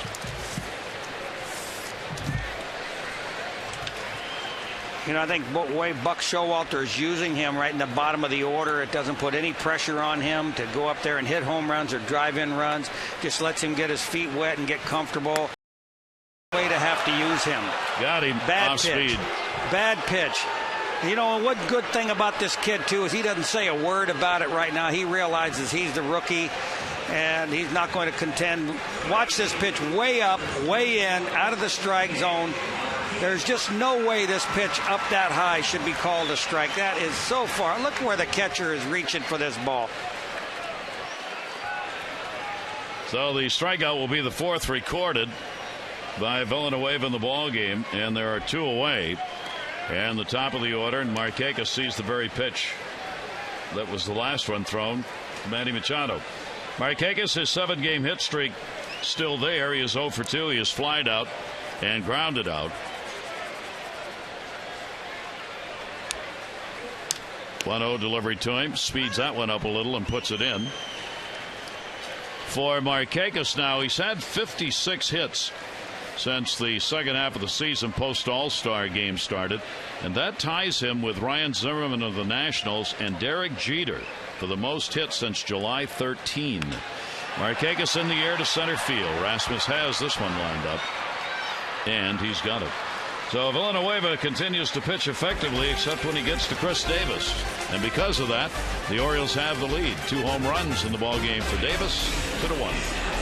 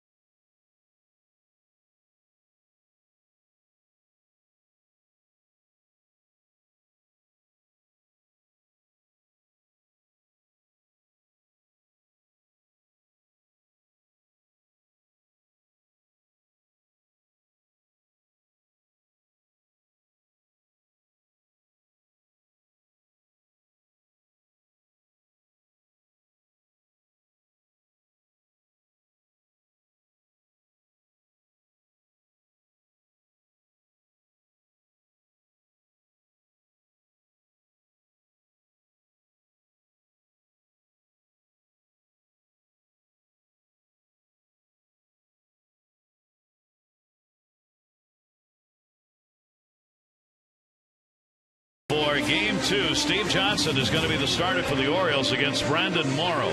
Our coverage on Masson 2 begins at 6:30 with O's Extra, presented by Jeep, followed by game coverage at 7. All the access you need right here on Masson. There are the scheduled starters. Again, good numbers for Brandon Morrow. And that great start for Steve Johnson. Well, Morrow's having a good year. He's a power pitcher. Going to come in here. He'll throw some fastballs at these guys tomorrow night. And the pitch is taken down low. It's the kind of ball game Toronto has to play, as they've not scored runs. They have had 3 or fewer runs in 6 consecutive ball games. Colby Rasmus and a chopper. And boy, Britton does have him pounding that thing into Mother Earth. And one away here in the 6th inning. Take a look at our Hollywood Casino League leaderboard. What we've been talking about, highest ground ball percentage as a starter, Aaron Cook and Derek Lowe. Lowe qualifies with innings pitched, even though he's worked out of the bullpen. And there's Zach Britton and Alex Cobb, who had a great game last night. Samuel Deduno, who we saw pitching for Minnesota. Slots, tables, dining, the ultimate triple play at Hollywood Casino at Charlestown Races. What? Bautista in a 1-run ball game shows bunt? I don't think so. You think maybe he's baiting him up for this pitch right here? Nobody's buying that. No. He has struck out and flied out, and a breaking ball in there for his strike.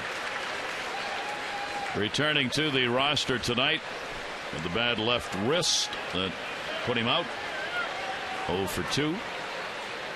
1-1 delivery to him. That one actually hits the bats. Foul ball. 1-2. Much better sequence of pitches the last 2 innings that he's been throwing. He gets that fastball, the two-seamer working early. You're going to get those ground balls that we're talking about. Is you got to get it over for strike 1. For the first 2 innings, 3 innings, it was not strike 1. He wasn't pitching poorly, but just not ahead in the count. There's the chopper. That'll go to short. And Bautista is retired as Hardy makes the play. Another ground ball out. There are 2 down. Our PNC Minor League report brought to you by PNC for the achiever in you. Ronnie Welty last night, Bowie, 3 for 4, including 2 home runs. And look at that 8 RBI number. This season in the minors, 296, 10 homers, 47 RBIs, 47 games. Welty, a 20th round pick in 2008. Keep up the good work, Ronnie. Here's Edwin Encarnacion with 2 down. Encarnacion has been hit by a pitch and double. He has a 4-game hit streak going. Now, one thing you see, Gary, is the minor league department is starting to produce quite a few position players. We haven't even seen L.J. Hose yet, and he is tearing up AAA ball, well over 300, and you just don't see that in the International League very often. And boy, it's been a time coming, but little depth finally to the hole. Nobody's going to get that one. Machado and Hardy gave it a whirl, but Encarnacion, he is putting up a tremendous offensive season. 2 for 2 in the ball game. I guess when you're hot, you're hot, because you get a hold of a ball, you hit a ground ball right between short and third. Both guys dive at it, and each guy misses it by about 6 inches. That's when you know you're going good. And he is. And I never had a ground ball like that. You never did? Never had 2 guys dive for it. How many infield singles do you think you had in your career? Swinging bunts? I don't know. You could probably count them on one hand. That's all right. You were paid to hit extra base hits and catch. And catch. And catch. Well, I caught. You did do that. I was a good hitter in the minor leagues. And the point is, actually, well, the point is you were a good hitter in the minor leagues. Let's not talk about my hitting. Okay, good. The game will be over with before that. Here is Kelly Johnson, an RBI single hit into a fielder's choice. 2 down, runner on at first base. I saved all my hits for playoff and World Series. I told the big boys, Cal Ripken and Eddie Murray, I said, you guys get me there, I'll take care of everything else for you. Love it. I just love it. Happy birthday, Cal. You celebrate your birthday today, by the way. Junior. Cal Jr. Getting up there with me. 25 today. Don't we all wish? Ground ball, second base. Another charge and a run. Flaherty gets it. Johnson is retired. No runs, 1 hit, no errors. 1 left on base. Zach Britton pitching himself a heck of a ball game. 2-1 over.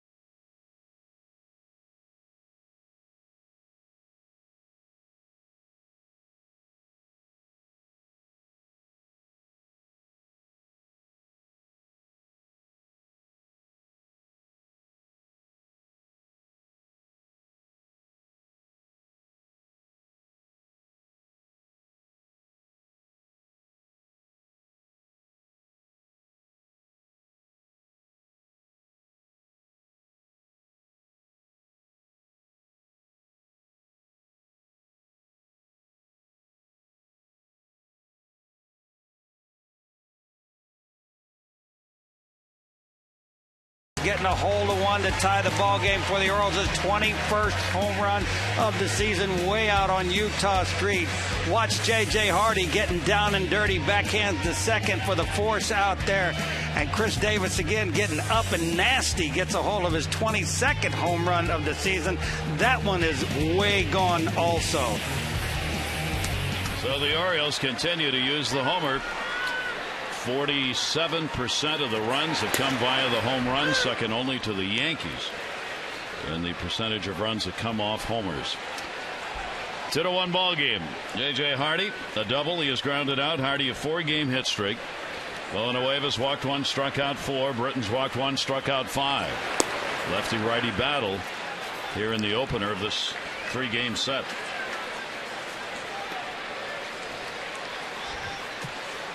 Rasmus, center fielder, moves in a couple of steps after that last pitch. 1-1 delivery and outside corner. 1 ball, 2 strike count. Villanueva so far pretty effective going through these innings. 86 pitches have been thrown. We are in the bottom half of the 6th. Here's the 1-2 delivery. Didn't break. 2-2. If the Orioles are to stay in the race, and no reason to believe they will not, these are the kind of ball games that are most likely going to be played with 38 left to go, including tonight. Teams headed to the postseason tend to be much tighter. Everybody's really bearing down. The focus is there, including the opposition. And Buck Showalter saw that last year as the Orioles, of course, had that great finish in that final game to knock the Red Sox out of playoff contention. 3-2 delivery and an off-speed pitch. Somehow Hardy able to get a piece of that. Again, a changeup in a fastball situation with a count of 3-2. Well, you look at the phenomenal record that the Orioles have in 1-run games this year. You know, stay close, play good defense, turn it over to the bullpen. I mean, they're going to set records by the end of the season. If they continue to play good ball and win games, a lot of them are going to be 1- and 2-run wins. That's just the way this team is right now. And towards the seats, Encarnacion over, and a nice play. He got an angle on that, put it away to retire Hardy. The Mid-Atlantic Sports Report returns on Monday, 5 to 6:30. Phil Wood, Mel Anthony, and Dave Johnson. All the latest Oriole news and notes, plus headlines from around the majors. Monday at 5 on MASN. And Monday, of course, will begin the series against the Chicago White Sox, a team they're battling for the postseason for a division title, battling with the Detroit Tigers, starting the day just a game and a half ahead of the Tigers. Both those teams have won their last 3 ball games. Here's McLouth. McLouth has struck out and grounded out. These two pitchers really superb performances so far.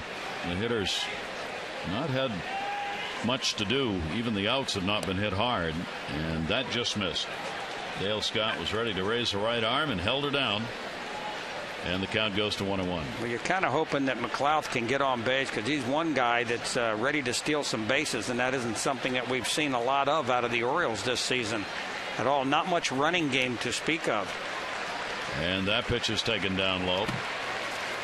Second in the majors, Toronto, in stolen bases, but they haven't been able to get anybody on to even give it a try, while the Orioles are last in stolen bases. The toughest base to steal is first base.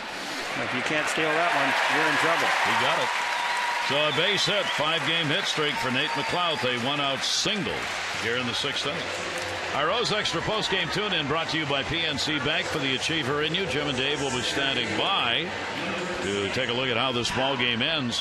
Buck Showalter will listen in to his press conference, player interviews, and more coming up after the ball game.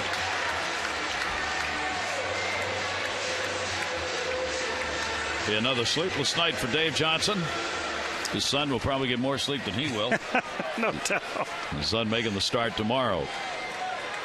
Here's Adam Jones. He has drawn a walk and struck out. Orioles with 1 away. And McLouth, as Rick said, has got some speed over there. Inside, almost caught the pants. Mathis, good arm, has thrown out 44% of base stealers. He's got a cannon behind the plate. Well, it's another dimension that the Orioles can add with McLeod. You know, he's looking for that breaking ball opportunity right here. He knows this guy's going to get some breaking ball, Adam Jones, so he's going to be ready to go here pretty soon. 1-0 delivery on the way again, just off the fists, and the count goes to 2-0. Runners have been successful against Villanueva. DeMarlo Hale with the signs. They have gone 6 out of 10 against this right-hander in stealing bases. So there have been a significant number of attempts in the 90-plus innings he's worked. 2-0 count. Jones got one to hit, and he does. That's going to go into the corner. It'll take a hop off the sign. McLeod coming to third. They'll hold him up. It's a double. And the Orioles have one going here in the 6th. Well, there's the fastball in a fastball situation. A good fastball hitter. He sees it. He puts a good swing on it. It counts for a double, and now 2 men in scoring position. Watch the place of this, a four-seam fastball right down the middle of the plate, middle in. He's lucky that ball didn't go out of the ballpark. Leader in doubles for the Orioles. Adam Jones gets his 30th double of the year. And a big chance here for the O's. And a visitation to the mound now as they want to talk about this, what they're going to do with Matt Wieters coming up, and also give Steve Delabar an opportunity to warm up in the bullpen. The Orioles have a chance to make this a big inning. Bruce Walton, the pitching coach, has his say and ambles back.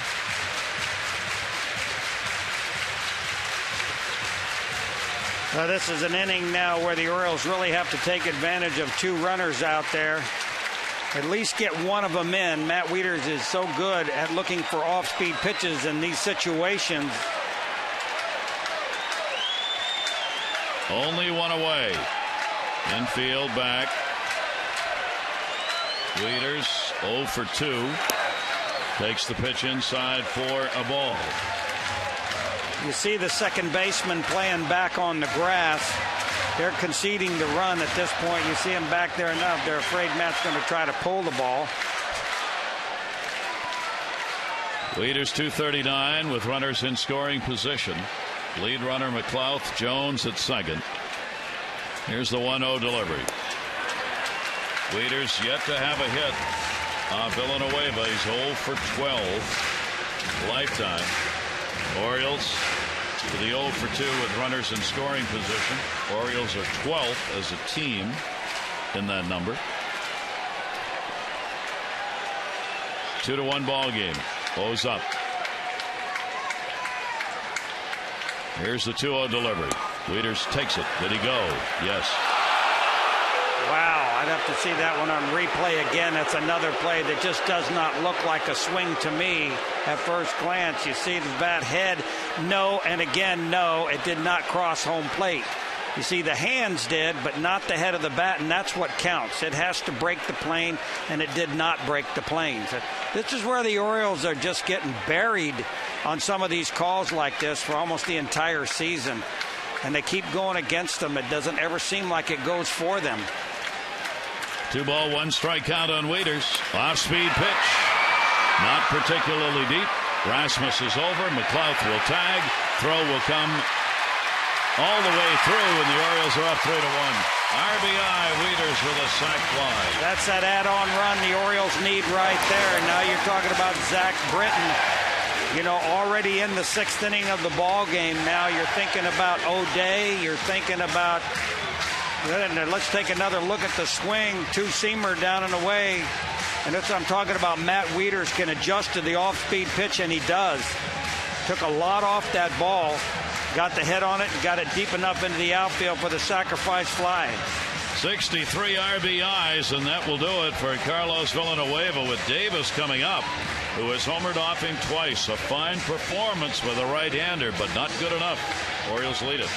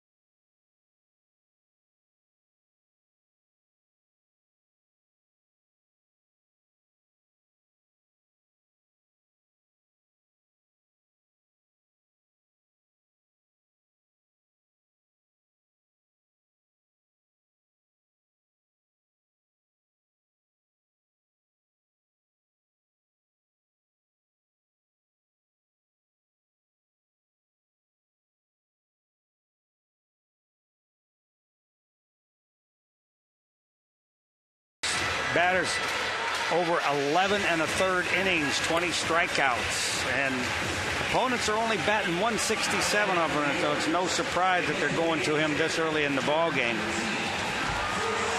They're not afraid to use him for more than one inning, so he has really been pretty effective for Toronto this year. He is a 29-year-old right-hander. Delabar coming on to try and quiet the bat. Jones is on at second base, a run in, and a multi-homer night for Chris Davis. His second of his career, first of the year, his 21st in the second, his 22nd in the fourth inning. Delabar's pitch to him, a swing and a miss. The first one ended up on Utah Street. 28th time the Orioles put one there this year. The second one went into that power alley in right center. And the Orioles' first 2 runs. Here's the 0-1 delivery, and that ball in the air to left field. That is back, and goodbye! Home run! A 3-homer ball game. Chris Davis to the right, 1 to left.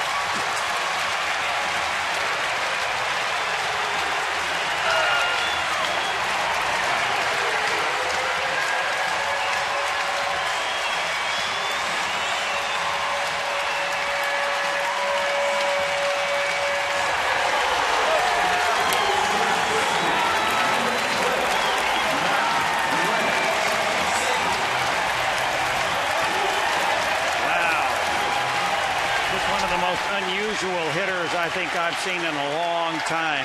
A guy who has so much trouble, with the ball in and middle in and running that top hand over, but for some reason you pitch him away, he stays inside the ball perfectly and drives the ball the opposite way, and he did it there again for his 23rd home run of the season. What a shot to left field. His first 3-homer ball game in his career. Take a look at this swing right here. 4-seam fastball on the outside, a little bit up in the strike zone. Look how perfect that swing is. Lets it go deep and just drills it into the seats in left center field. 2 RBI homer, a 4 RBI ball game. Mark Reynolds up, and the Orioles have a 5-1 lead. And a pitching change made because Villanueva had given up 2 homers to Davis, and the very first batter Delabar faces, Davis on another home run. Welcome to Camden Yards. Wow. And a pitch swung on and missed by Reynolds.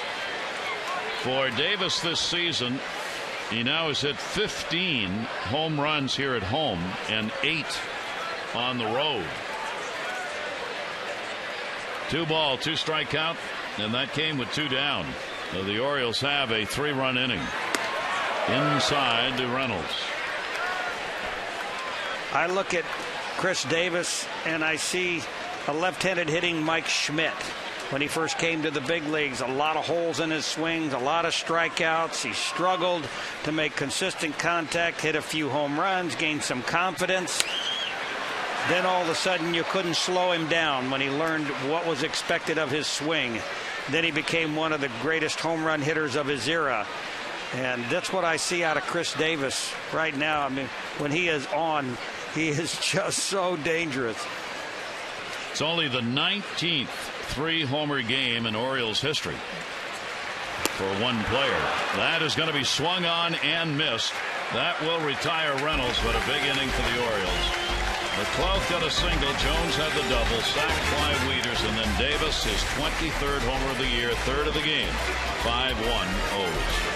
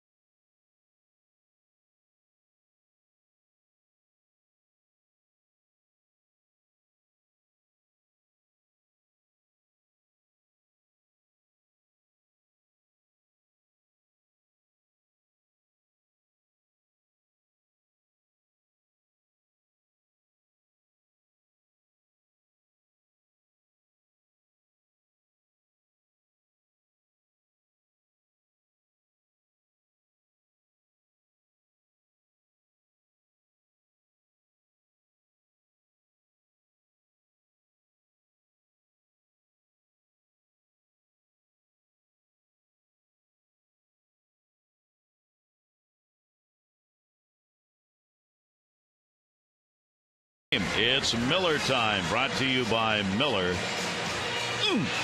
Light. Wow. What a swing that is. And he didn't even hit that ball good, Gary. That's the fun part about it, is he just put the head of the bat on the ball. Wow. He is so strong. Saw the last 3 homer ball game. Nick Markakis in 06 against the Twins. Last 3 homer game for the Orioles. We go to the 7th inning. The Orioles 5-6-0. The Jays 1-3-0. Zach Britton now got himself a real good shot at winning the 3rd game of the season. Sierra, McCoy, and Mathis do up against him here in the 7th inning. He's given up just the 1 run on 3 hits, an RBI single. Kelly Johnson in the 2nd produced that run. It was back-to-back hits in the 2nd inning. Encarnacion had a double and scored. The only other hit, Encarnacion's single in the 6th. 1-1 delivery, check swing. It's a strike. A walk and 5 strikeouts for Zach Britton. This is start number 7. Looking for his first win against Toronto. He's 0-1 against the Jays. 1-2 pitch, check swing. Did he go? Nope. Bill Miller down at first base. 2-2 count. And now Zach, he's got a 4-run lead right here. You cannot afford to walk people and let them get back into this ball game with 1 swing of the bat. So you've got to challenge him now. 2-2s away. Orioles lead in the series 5-4 against the Jays. They are 3-0 here, 2-4 in Toronto. Toronto won the series last year 12-6. Here's the 3-2 pitch, and he gets the ground ball to short. Hardy.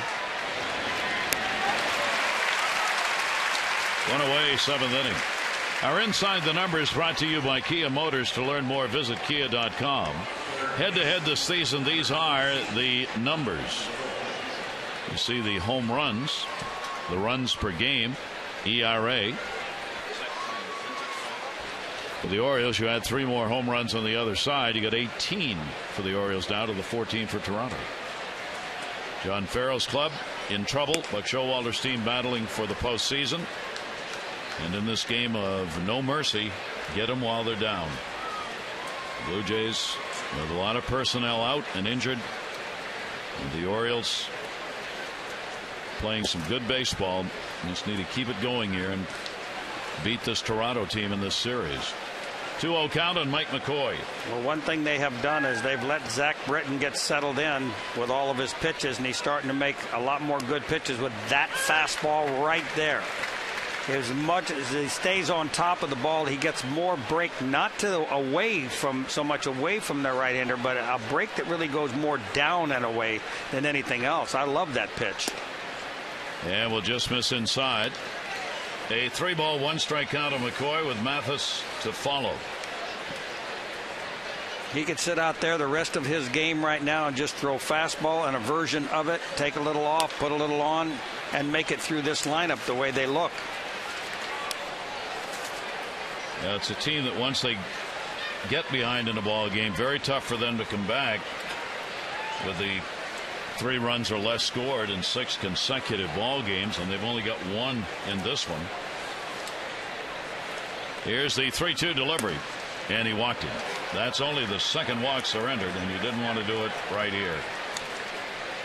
Orioles shortstop J.J. Hardy is going to be signing autographs at the AT&T store Hanover across from the Arundel Mills Mall tomorrow 11 until noon.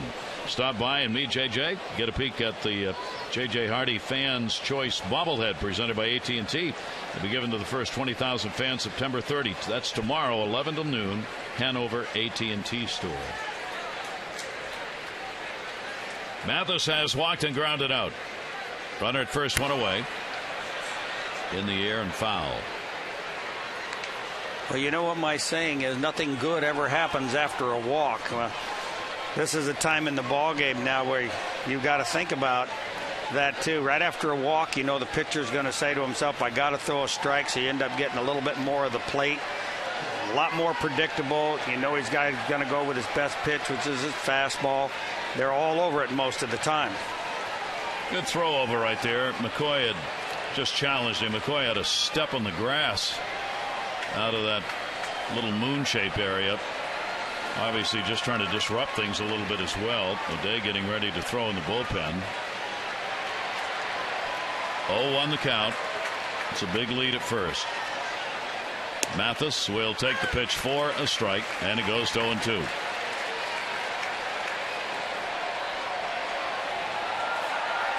For Mathis this season, 261 off lefties. 59 points higher than against right-handers. One of the reasons he's in the ball game catching. Here's the 0-2 delivery to him. Breaking ball. 1-2. Zach Britton coming off that outstanding start against the Tigers. No runs, 6 hits, 7 innings. And here in this ball game, 1 run, 3 hits so far, and we're in the 7th. Here's the 1-2 delivery. Fouls it off. Will hold the count at a ball and 2 strikes.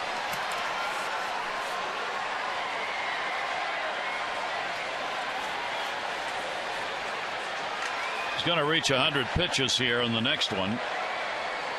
He's thrown as many as 104. Over 100 pitches thrown in 4 of his 6 starts, but not very many more. 100, 104, 101, 103. 1-2 delivery and a swing and a foul ball. And caught. Wieters went down and got a hold of that, I guess. I thought he fouled it. He didn't foul it. What happened is he might have dropped it, but nobody can go anywhere with a man on first base anyway. Yep. Didn't foul it, just scooped it out of the dirt. That's 6 strikeouts for Zach Britton. Nice play by Wieters to hang on to it. 6 Ks. That one lined. Base hit into left center field. McClough going over to get it. McCoy's going to third and will stop there. McClough gets it in a hurry. And the shortstop picks up a single, putting runners on at first and third now with 2 down here in the 7th inning. Well, you can see now where the defense pays off with McClough getting a good jump on that ball and cutting it off into the outfield. Otherwise, you have a runner in and another one in scoring position with at least a double and maybe even more than that. So now it's Toronto's opportunity here in the 7th inning. Top of the order, Rajah Davis coming up. Davis has had an 0 for 3 in the ball game. Hitting .314 though with runners in scoring position this year. One of the best numbers for the Jays. Davis leads the club in stolen bases, second in the majors, 39. Just tells you about the speed that he has. He's had only a couple of hits on this road trip so far. They were swept by Detroit coming into this series. Pitch is down low for a ball. Here's Britton running out of gas here in the 7th inning. Well, the good thing about Buck Showalter, he's going to give him an opportunity to pitch out of his own trouble. Until now. Good comma. Yeah. Just looked like the tank was getting close to empty on the last couple of pitches thrown, and that's the decision made. So Darren O'Day is going to come out of the bullpen. Britton will get a great hand with a chance to be the winning pitcher.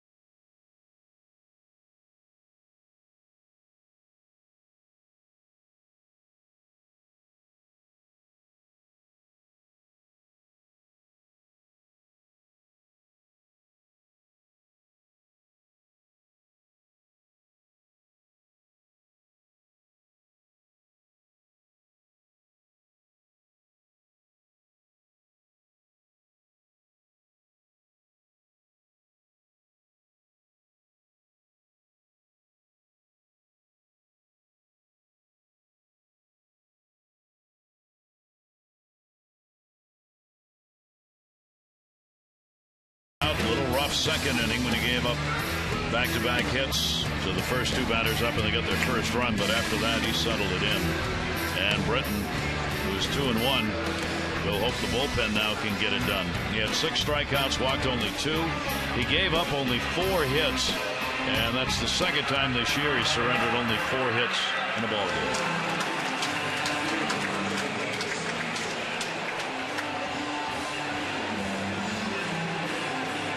Here's Darren O'Day.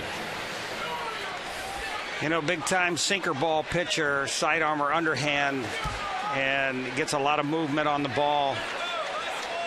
You know, what you're looking here is for him to at least keep the ball on the ground and give the defense a little chance to make a good play and get out of this inning. First and third, 2 down, a 1-0 count to Davis, and the pitch is outside, and it goes to 2-0. Elijah Davis at the plate. Big number with runners in scoring position on the year.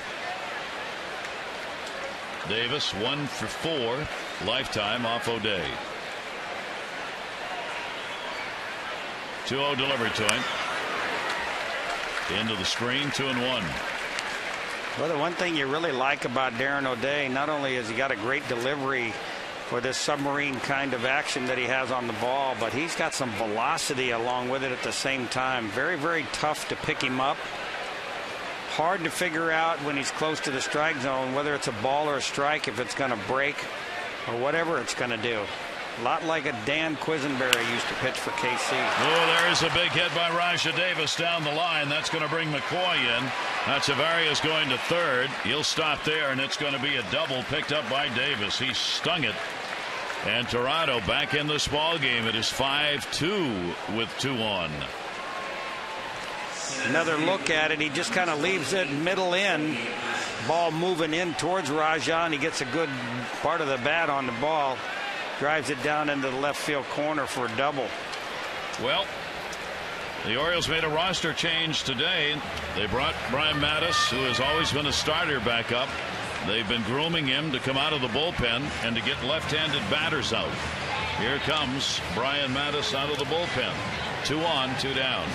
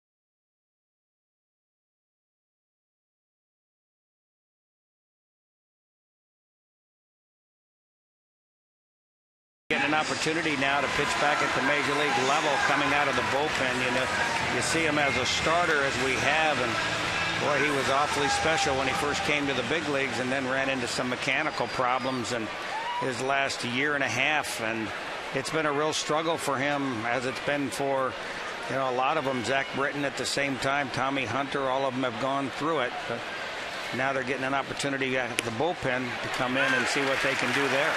You saw the lefty-righty. Here's Kobe Rasmus, 0 for 3 in the ball game. This is the first time out of the bullpen here at the major league level for Brian Mattis. He worked 4 times out of the pen at Norfolk, called up today, added to the roster for just this spot. And the pitch will be taken for a strike, and he gets out of Rasmus 0-2. Runners at second and third, 2 down. Strop getting ready in the pen. It is quite a change for a left-handed starter expected to be a mainstay of the rotation, who has gone from that to being the one-out guy, the specialist to get a left-hander out. He got him. Well, his first time out of the bullpen with a job clearly defined. He gets it done. 7th inning stretch time. The Orioles on top. Brought to you by Jack Daniel's Tennessee Honey. Fly straight. Drink responsibly.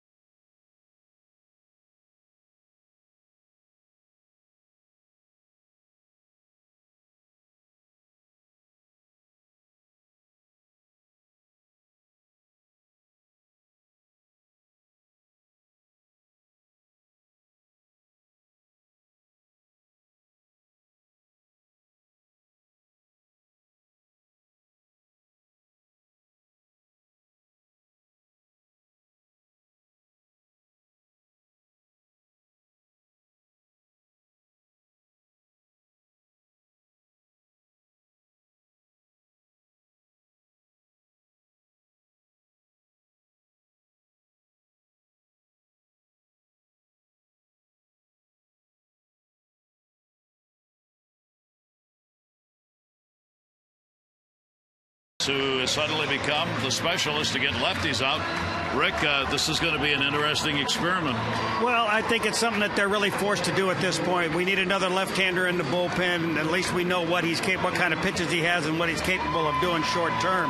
I don't think they're thinking of it as a long-term deal, but maybe just right now, the way that Dan Duquette and Buck Showalter have pieced this whole thing together, you got to trust that they know what they're doing here. They need a left-hander. This is the first guy they're going to call on. Troy Patton's loss, larger, I think, than most people realize. He'd been the left-hander for almost the entire season, the only one ineffective in the bullpen. Unbelievable. Just kept getting better and better the whole season, and now maybe one of the toughest left-handers in the league to hit. Patton out on the DL. We go to the bottom of the 7th inning. Steve Delabar stays out on the mound. He gave up the home run to Davis, then struck out Reynolds. Ryan Flaherty back on the roster today. 1-0 count. He is flied out and grounded out. Delabar's pitch to him is ripped into the seats, foul. He got around on that one, but a little bit too far. 5 runs, 6 hits for the Orioles, 2 runs, 5 hits for the Jays. Final line on Zach Britton, a couple of runs on 4 hits over 6 2/3 innings with 2 walks and 6 strikeouts. A real good performance by the Orioles left-hander. Here's the 1-1 delivery. Flaherty will take the cut, and it will go to 1-2.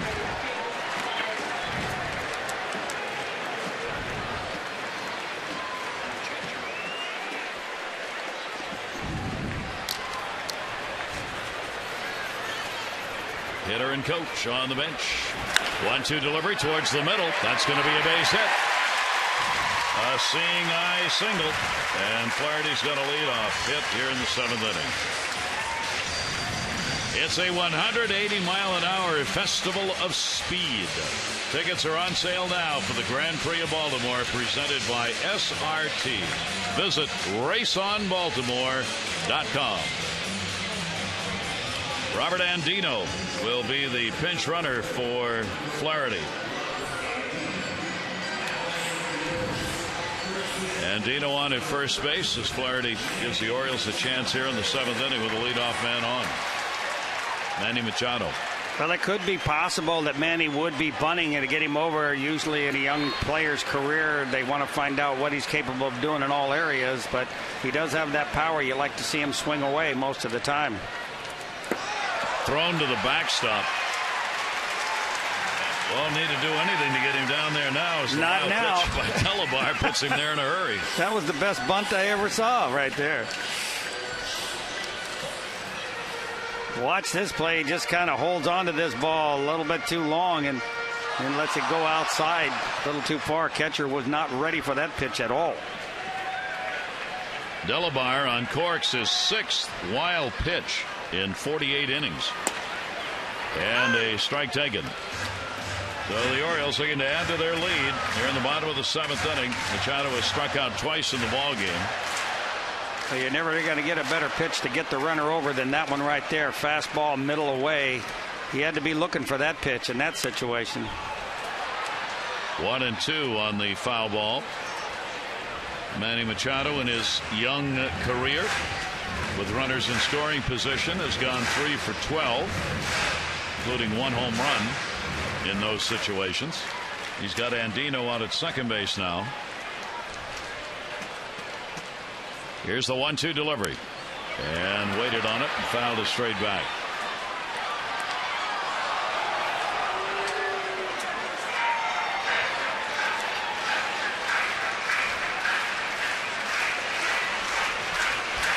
As evidenced by the last inning, a couple more runs certainly wouldn't hurt for the Orioles. 1 ball, 2 strike count. Johnson holding the runner at second. Slow roll at a short. It's a very long way to go, and we'll get the out. Runner does get moved up, however, with 1 away. Tough pitch to handle right there, but he did stay inside of it just long enough to get the ball at least to shortstop. The pitch normally he would try to pull. The O's take on the White Sox Tuesday, 7:05 every Tuesday. Ollie's Bargain Night, presented by Ollie's Bargain Outlet. All upper reserve seats, $9 in advance. Family and friends, get them together. Come out to the yard. It'll be a battle of teams looking for the playoffs. 888-848-BIRD, Orioles.com. You can tell Buck Showalter's there saying, what were you looking for on that fastball away? That's a pitch you got to drive the other way. Infield in.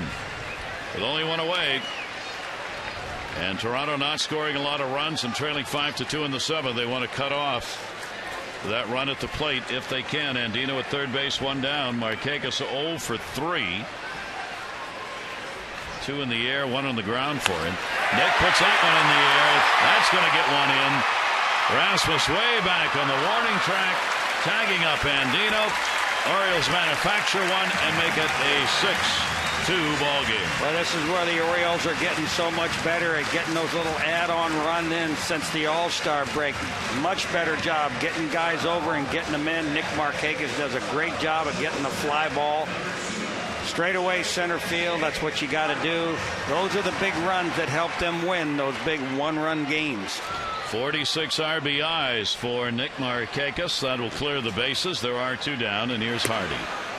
And Hardy will take it for a strike, a double. Hardy 1 for 3 in the ball game, has a 4-game hit streak. And the Orioles 6 runs now and 7 hits in the ball game. That one in the air to right center field. That's where they weren't playing him. That's going to take a 1-hop to Rasmus, and a great throw is going to hold him to a single. Hardy came around with a big turn, but Rasmus able to get there and get it back in. A long single, 2 for 4 night for Hardy. You know, as far as JJ stands off the plate, he's going to get a lot of hard stuff away. You see that they defense him to pull in the outfield, and that leaves a lot of room. He just lays one into the outfield, and it still goes for a base hit. Rasmus able to get over there with a great speed to cut him off. Another visit to the mound here with Delabar, giving up a home run and 2 singles so far since coming out of the pen. For the bullpen, that's where the big difference is. The bullpen of the Jays ranked 13th in ERA. The Orioles are 3rd in earned run average. Nate McLouth. And there are the 2 bullpens, distinctly different in numbers. 2 away, McLouth. He has singled, scored, 1 for 3 in the ball game.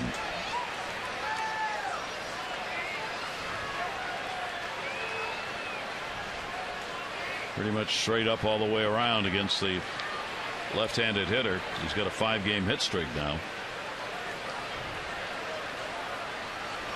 And the 0-1 down low. Mathis with a nice stop on it, 1-1. The last series against the Texas Rangers, you saw him starting to get a much better swing.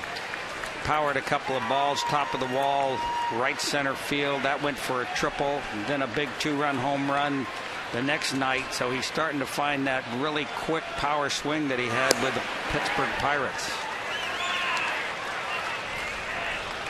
Patient hitter, 2-ball, 1-strike count. Orioles, Nick Markakis picking up an RBI. Here's the 2-1 delivery. Had him fooled on the off-speed pitch. 2 balls and 2 strikes.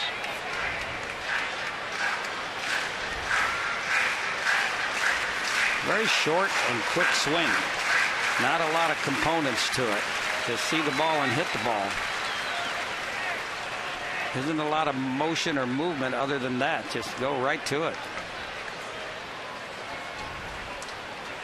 Here's the 2-2 delivery to him, and he will take that. So McLouth works at full, 3-2. Hardy on at first base will be going on contact. And let's see what Delabar throws him here. Jones waiting on deck. McLouth hitting third in the lineup. 3-2, runner going, and he walked him. So the Orioles keep it going. 2 on, 2 down.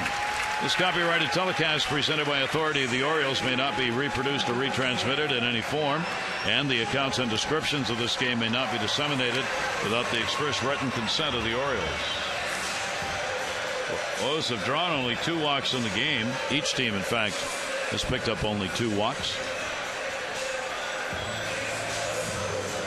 Orioles leading it 6-2. Lincoln up in the bullpen. Brad Lincoln getting ready.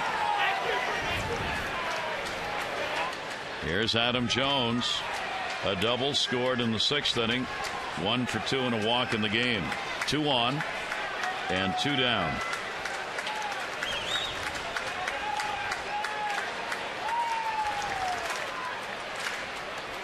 Steve Delabar gets the swinging strike. Throw to second.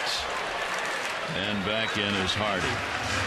We were talking about before, because they are not covering the base very closely, Hardy's getting that big secondary lead, and that throw was to try and cut that down a little bit.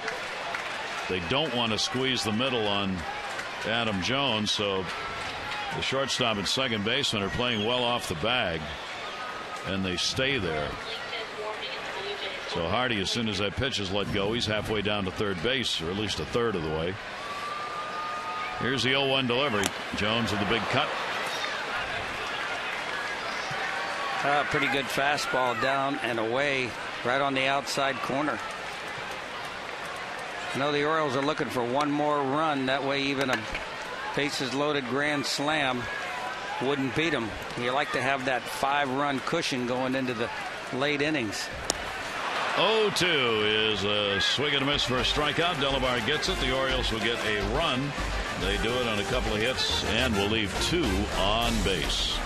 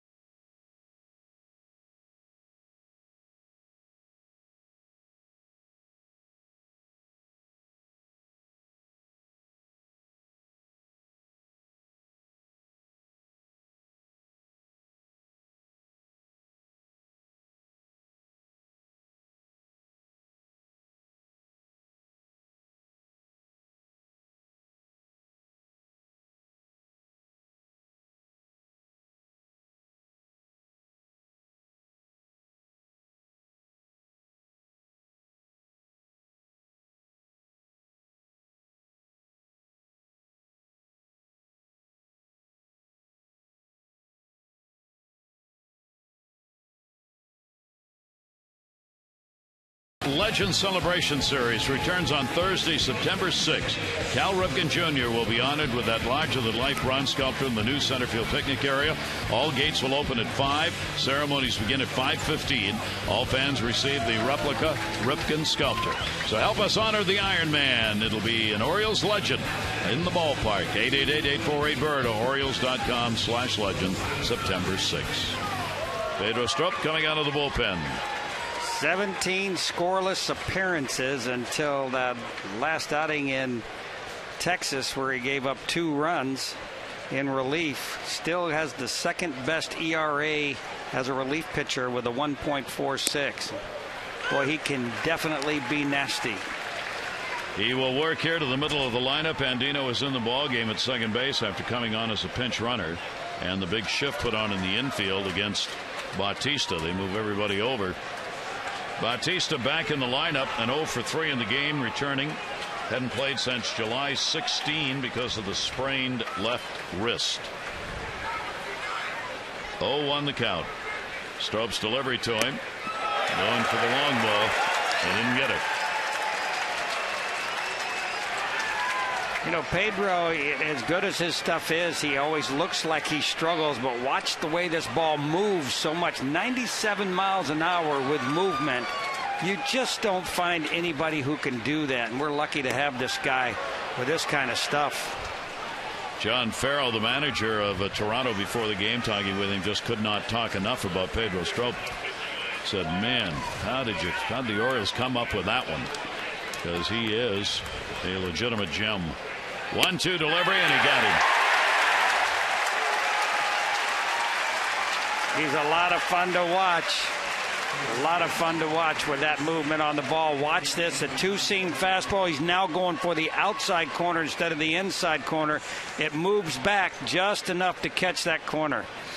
And we want to congratulate Robert Carson. Robert, 8 strikeouts so far, $1,300 from the Maryland Lottery. For your chance to be the Maryland Lottery contestant of the game, play Strike It Rich scratch-offs and enter your non-winning ticket codes, mdlottery.com/strikeitRich. Aaron Encarnacion has that one bounced. Aaron Encarnacion with a couple of hits. 2 of the 5 put up by the Jays. He has doubled, singled, and scored. Kelly Johnson, an RBI single in the 2nd inning. Davis with an RBI double in the 7th. That's been it. Orioles pitchers have been able to shut him down. Well, with 26 innings out of the bullpen with only 2 earned runs, you'd have to put the couple of no-hitters together there, Gary, back to back, because he gave up both of those runs on one swing of the bat. But you know, if you're going to critique him at all, the one thing you can say about him is sometimes he tries to be so creative he overthrows, and then the ball comes squirting out, and he can throw some nasty wild pitches like that. But when this guy is in control of himself, he's just unhittable. Aaron Encarnacion will take it. Aaron Encarnacion is 0 for 3 against Strop. 2 ball, 1 strike count. Their leading hitter and the 3rd leading home run hitter in the American League at the plate. 2-1 delivery to him, and a nice pitch down and away. And that's just not fair to have that pitch as your backup pitch right there. When he wants to throw his breaking ball over, he throws it over probably 90% of the time. And you got that nasty downhill break that he has like that. It's just, you can't look for it. And our pitch strike brought to you by Infinity, luxury cars that deliver inspired performance. Here's the 2-2 delivery to him, and in the air, down the line, Reynolds, foul territory. That was a long run.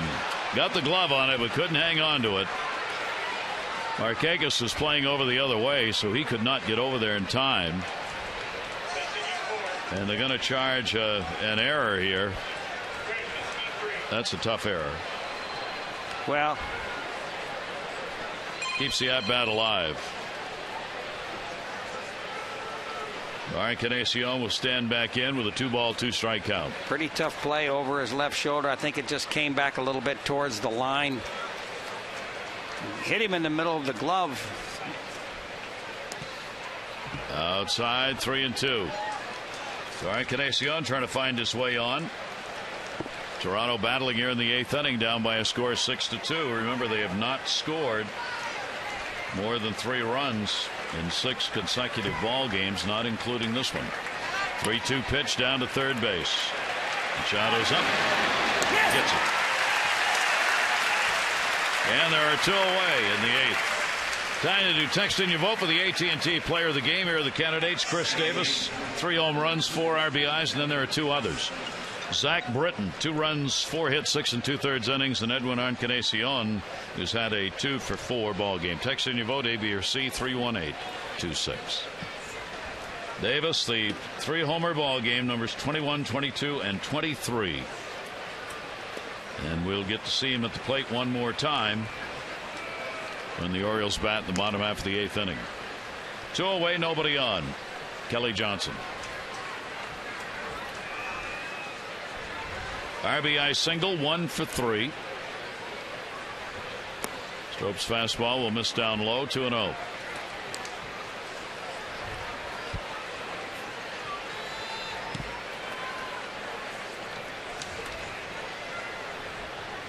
Orioles bullpen trying to finish this out for Zach Britton, who's after his 3rd win of the year. And the 2-0 is fouled away. Well, one thing you see about Pedro, to get himself back on track again, he goes to the breaking ball. It's funny how it kind of slows him down a little bit and gets him back on track and really helps him to find his release point with his fastball. I've seen a few guys do that, but it's kind of odd, you know, that they would do it backwards like that. Then the fastball away, and a 3-ball, 1-strike count. The Orioles are trying to get their 13th straight win where they have scored 4 runs or more in a ball game. They've got 6 in this one and a 4-run lead. 3-ball, 1-strike delivery on the way, and that's up high. So a 2-out walk here in the 8th inning. That will bring Sierra to the plate, who's got an 0 for 3 in the ball game.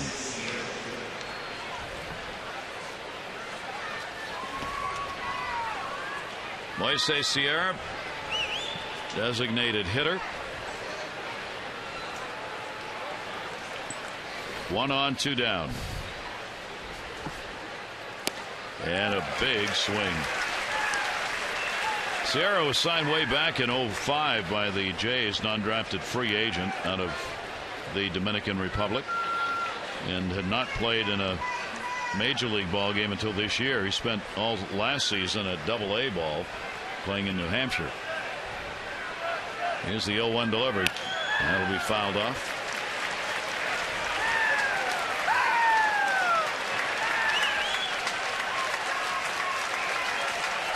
Tentative smiles over there for the Orioles. Not done yet, though.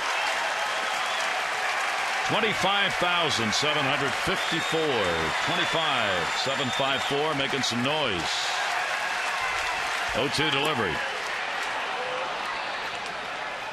You know, the only way that they can let Toronto back into this ball game is to start walking people. Pedro getting a little bit wild, trying to hit an outside corner there, but he still has 2 strikes on the hitter here.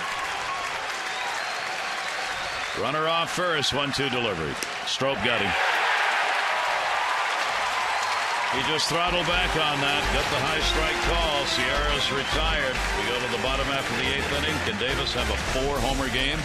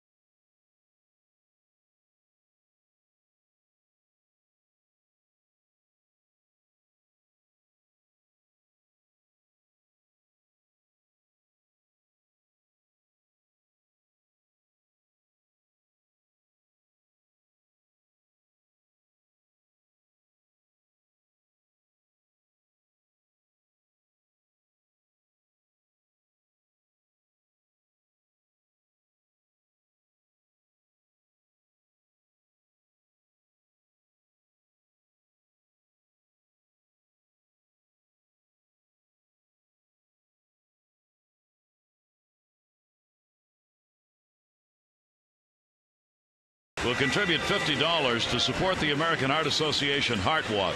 To date, the Orioles have 357 walks, $17,800. Care First Blue Cross Blue Shield encourages each of us to take that first step towards a healthier and more active lifestyle. Oriole fans celebrating here game 1 against the Jays. 3-game set. Orioles have the 6-2 lead. Batting in the bottom half of the 8th inning. Wieters, Davis, and Reynolds. Here's Brad Lincoln. Lincoln coming out of the bullpen for Delabar. Delabar worked just an inning and a third. He gave up 3 hits, including the home run hit by Davis. Charged with 2 runs. Walked 1, struck out 1. Well, Toronto has really developed at least some relievers this year, although they've had a tough time winning ball games. This guy, another 31 games as a reliever this year. He still posted a 1.8 ERA, so he's doing a pretty good job for them also. Batting averages against him: lefties .304, right-handers .310.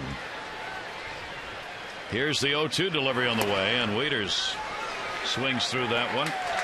Wieters 0 for 2, 0 for 3 now, and a sac fly and an RBI. And listen to the fans for Davis. 3 home runs in the game. Well, we've seen a 4 home run game so far this year by Josh Hamilton. And this guy right here certainly has as much or more power. 3 for 3, 2 to right, 1 to left. There have only been 16 4-homer games in Major League history. Oh, my gosh. And there was the swing right there. There's the 1 to left for his 3rd home run of the ball game. No Oriole player has ever had a 4-homer game.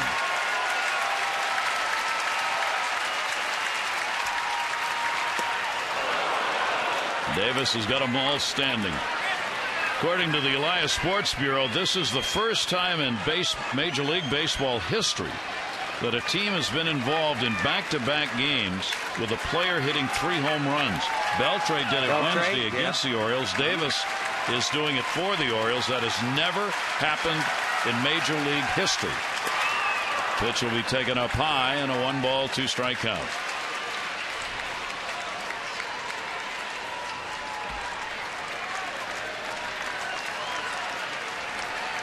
Needless to say, it'd be quite a thrill to see him get a hold of one right here again. 1-2 delivery, swung on and missed. Gets the strikeout. They get Davis finally, but he gets the great hand going back.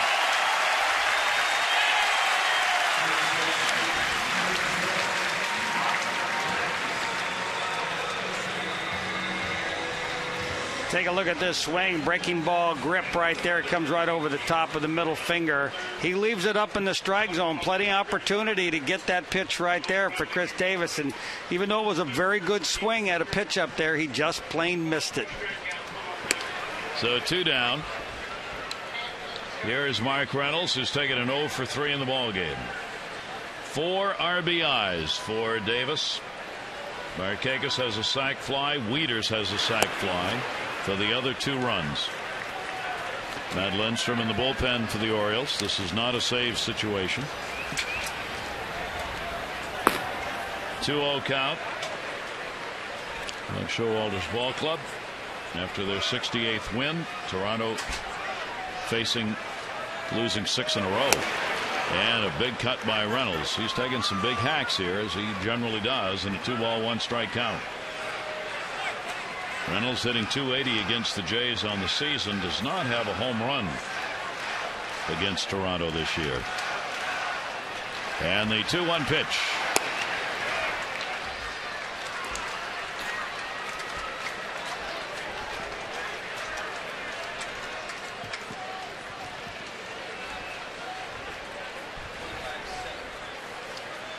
Mark Reynolds 3-1, and that'll be outside for a ball. Well, Lincoln surrenders a 2-out walk here in the 8th inning.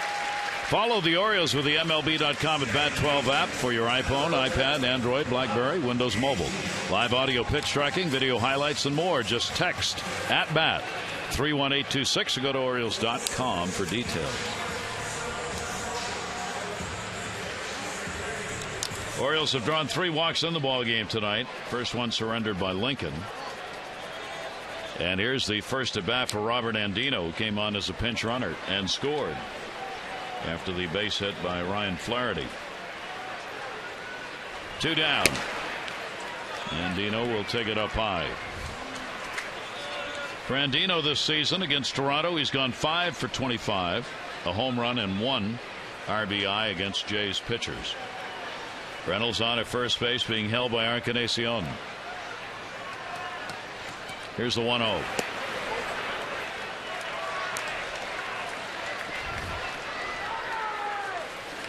The Orioles 32-29 here at home on the season. They've had a fine road record of 35-28.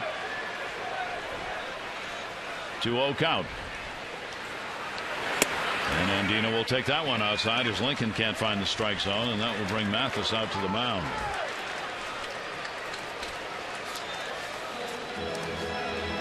Mathis just trying to settle his reliever down.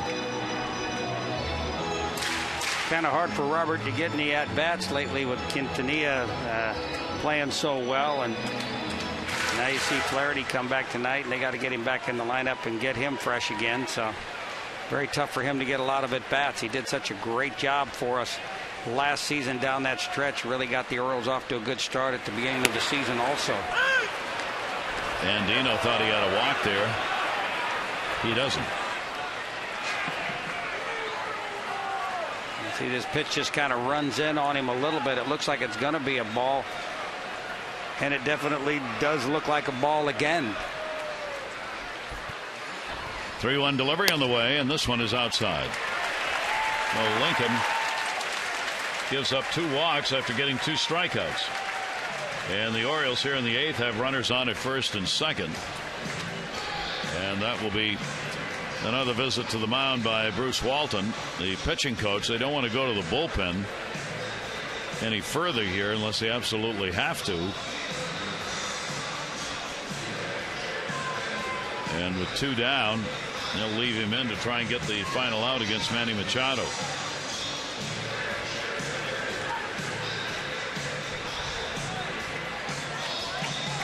Home plate umpire Dale Scott heading out to get a move on here.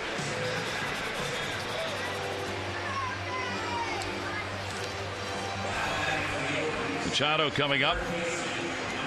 He has struck out twice and grounded out.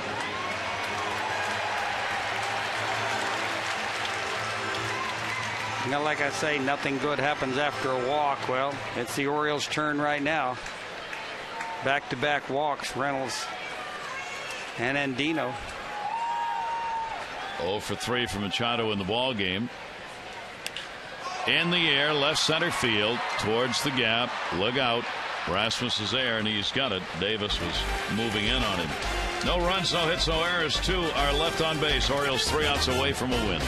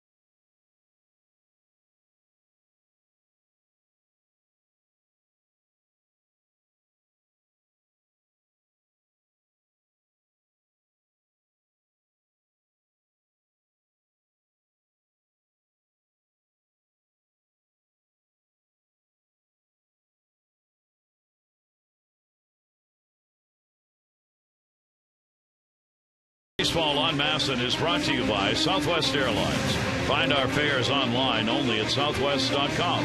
And by Dodge. See your authorized Dodge dealer and experience a world of performance, design, and fuel efficiency. Schedule a test drive or go to Dodge.com and check out their powerful lineup. Matt Lindstrom will come on to pitch. The Orioles have the 6-2 lead. It is the 9th inning. Strop worked an inning, gave up a walk, had a couple of strikeouts. And now Lindstrom to try and finish it off. Or take Mike McCoy's head off, whichever comes first. Yeah. Kind of nasty when you got a guy coming in there 97 miles an hour that all of a sudden drops down sidearm and throws one up by your chin. That's not fair. No, that's not fair. And this one's going to be up high, 2-0. 0 for 2 and a walk. A run scored on that walk in the 7th inning by McCoy. Rajah Davis drove him home with a double. Zach Britton, 2 runs, 4 hits, 6 2/3. O'Day a hit. No part of an inning pitch. Brian Mattis came on out of the bullpen, first time in his major league career to get a lefty out. He did. He struck out Colby Rasmus. Pedro Strop an inning with a walk and 2 strikeouts. Here's the 2-1 delivery. Shows bunt and Mennett pushes it towards second base. Running Andino. No play. Nice bunt by McCoy, and he's got a leadoff single. Boy, excellent. He caught the infield playing back right there. And all he has to do is get it past the pitcher in order for it to be a base hit. He ran right with it at the same time. No chance for Lindstrom to make a play. And Dino tries to backhand it, but couldn't get good glove on it. Lindstrom appearing against the Jays for the 3rd time this year. He's worked a couple of innings, giving up no runs on 2 hits with a walk and 3 strikeouts against Toronto.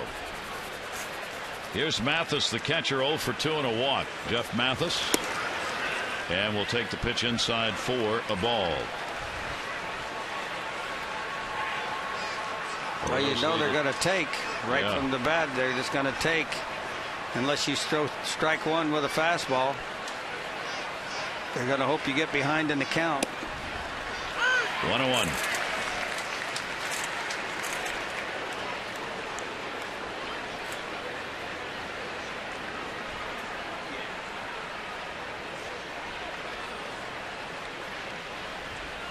One ball, 1 strikeout. Short lead. McCoy at first base with the Jays down. Looking to get the potential tying run at least to the plate here in the 9th inning. Here's the 1-1 up high. 2 ball, 1 strike count.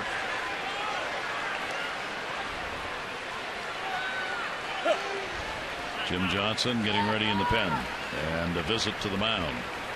Today was kind of a strange day in baseball history. I thought while we have a moment here while they talk, there were just really interesting things that went on all the way back in 1919. One of the most unusual events, I think, in baseball history.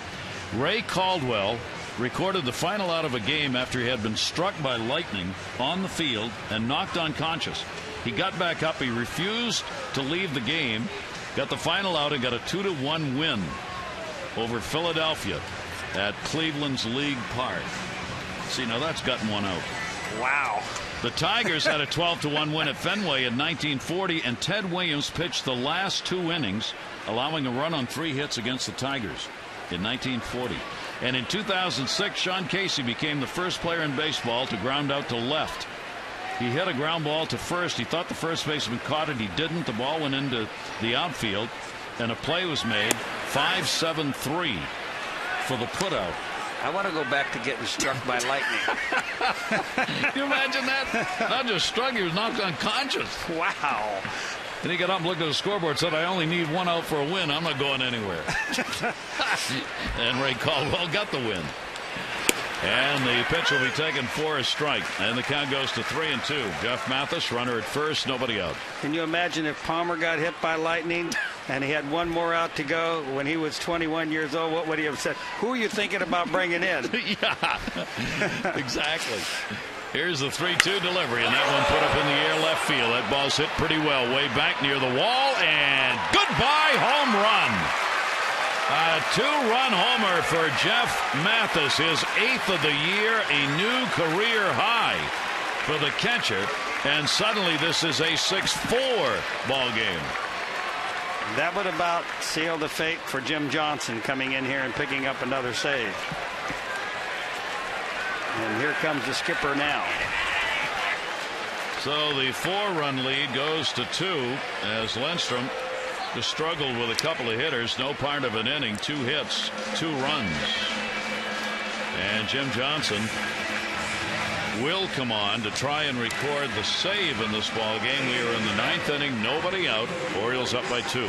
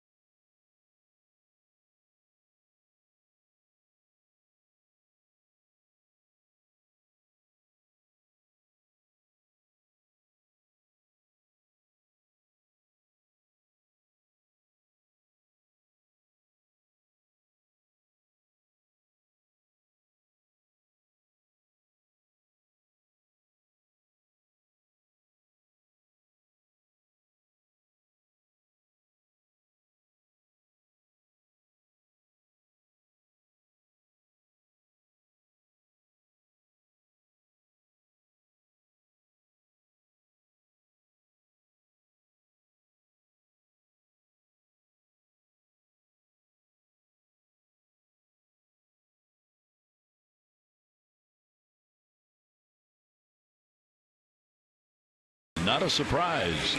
You can text in your vote. A, B, or C, 31826. Results on the O's Extra post-game show. There's Jim Johnson. Well, he's been the savior so far for the Orioles this season. He's unbelievable coming out of the bullpen. 38 saves. Wow. Nobody out. 2 runs in here in the 9th. And it would appear with a little over a month to go in the season that he's going to have a pretty good shot at that save record. Echeverria at the plate, batting 9th, will take the pitch for a strike. He has had a single, 1 for 3 in the ball game. Randy Myers holds the Orioles record, 45 saves, 1997. Johnson's got 38. Here's the 0-2 delivery. Fastball will miss up high, and the count goes to 1-2. Orioles 6 runs, 8 hits. The Jays 4 runs, 7 hits. 7 left on by Toronto so far. The Orioles 6. 1-2 pitch, got him.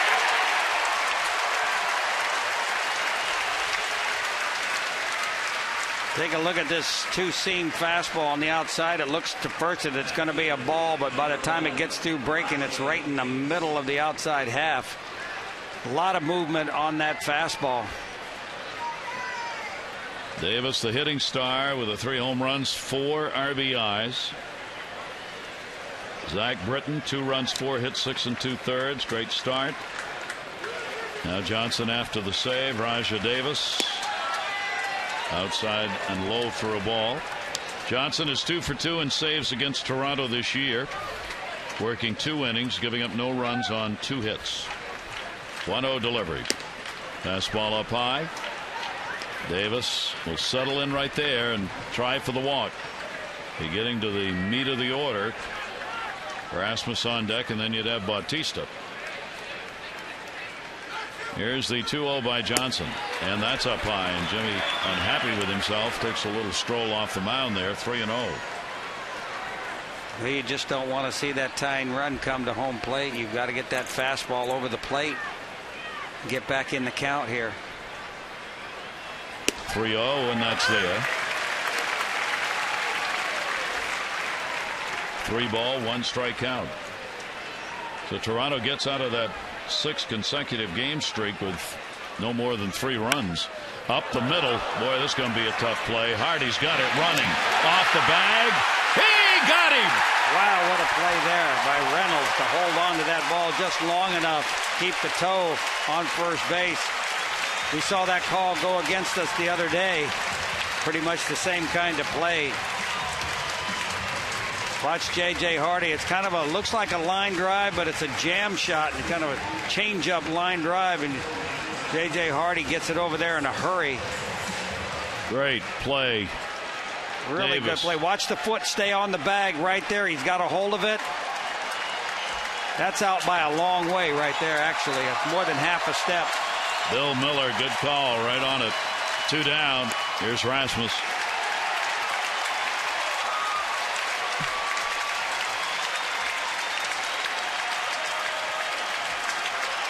Really have not seen that good a sinker since Oral Hershiser. 59 consecutive scoreless innings using that same kind of pitch.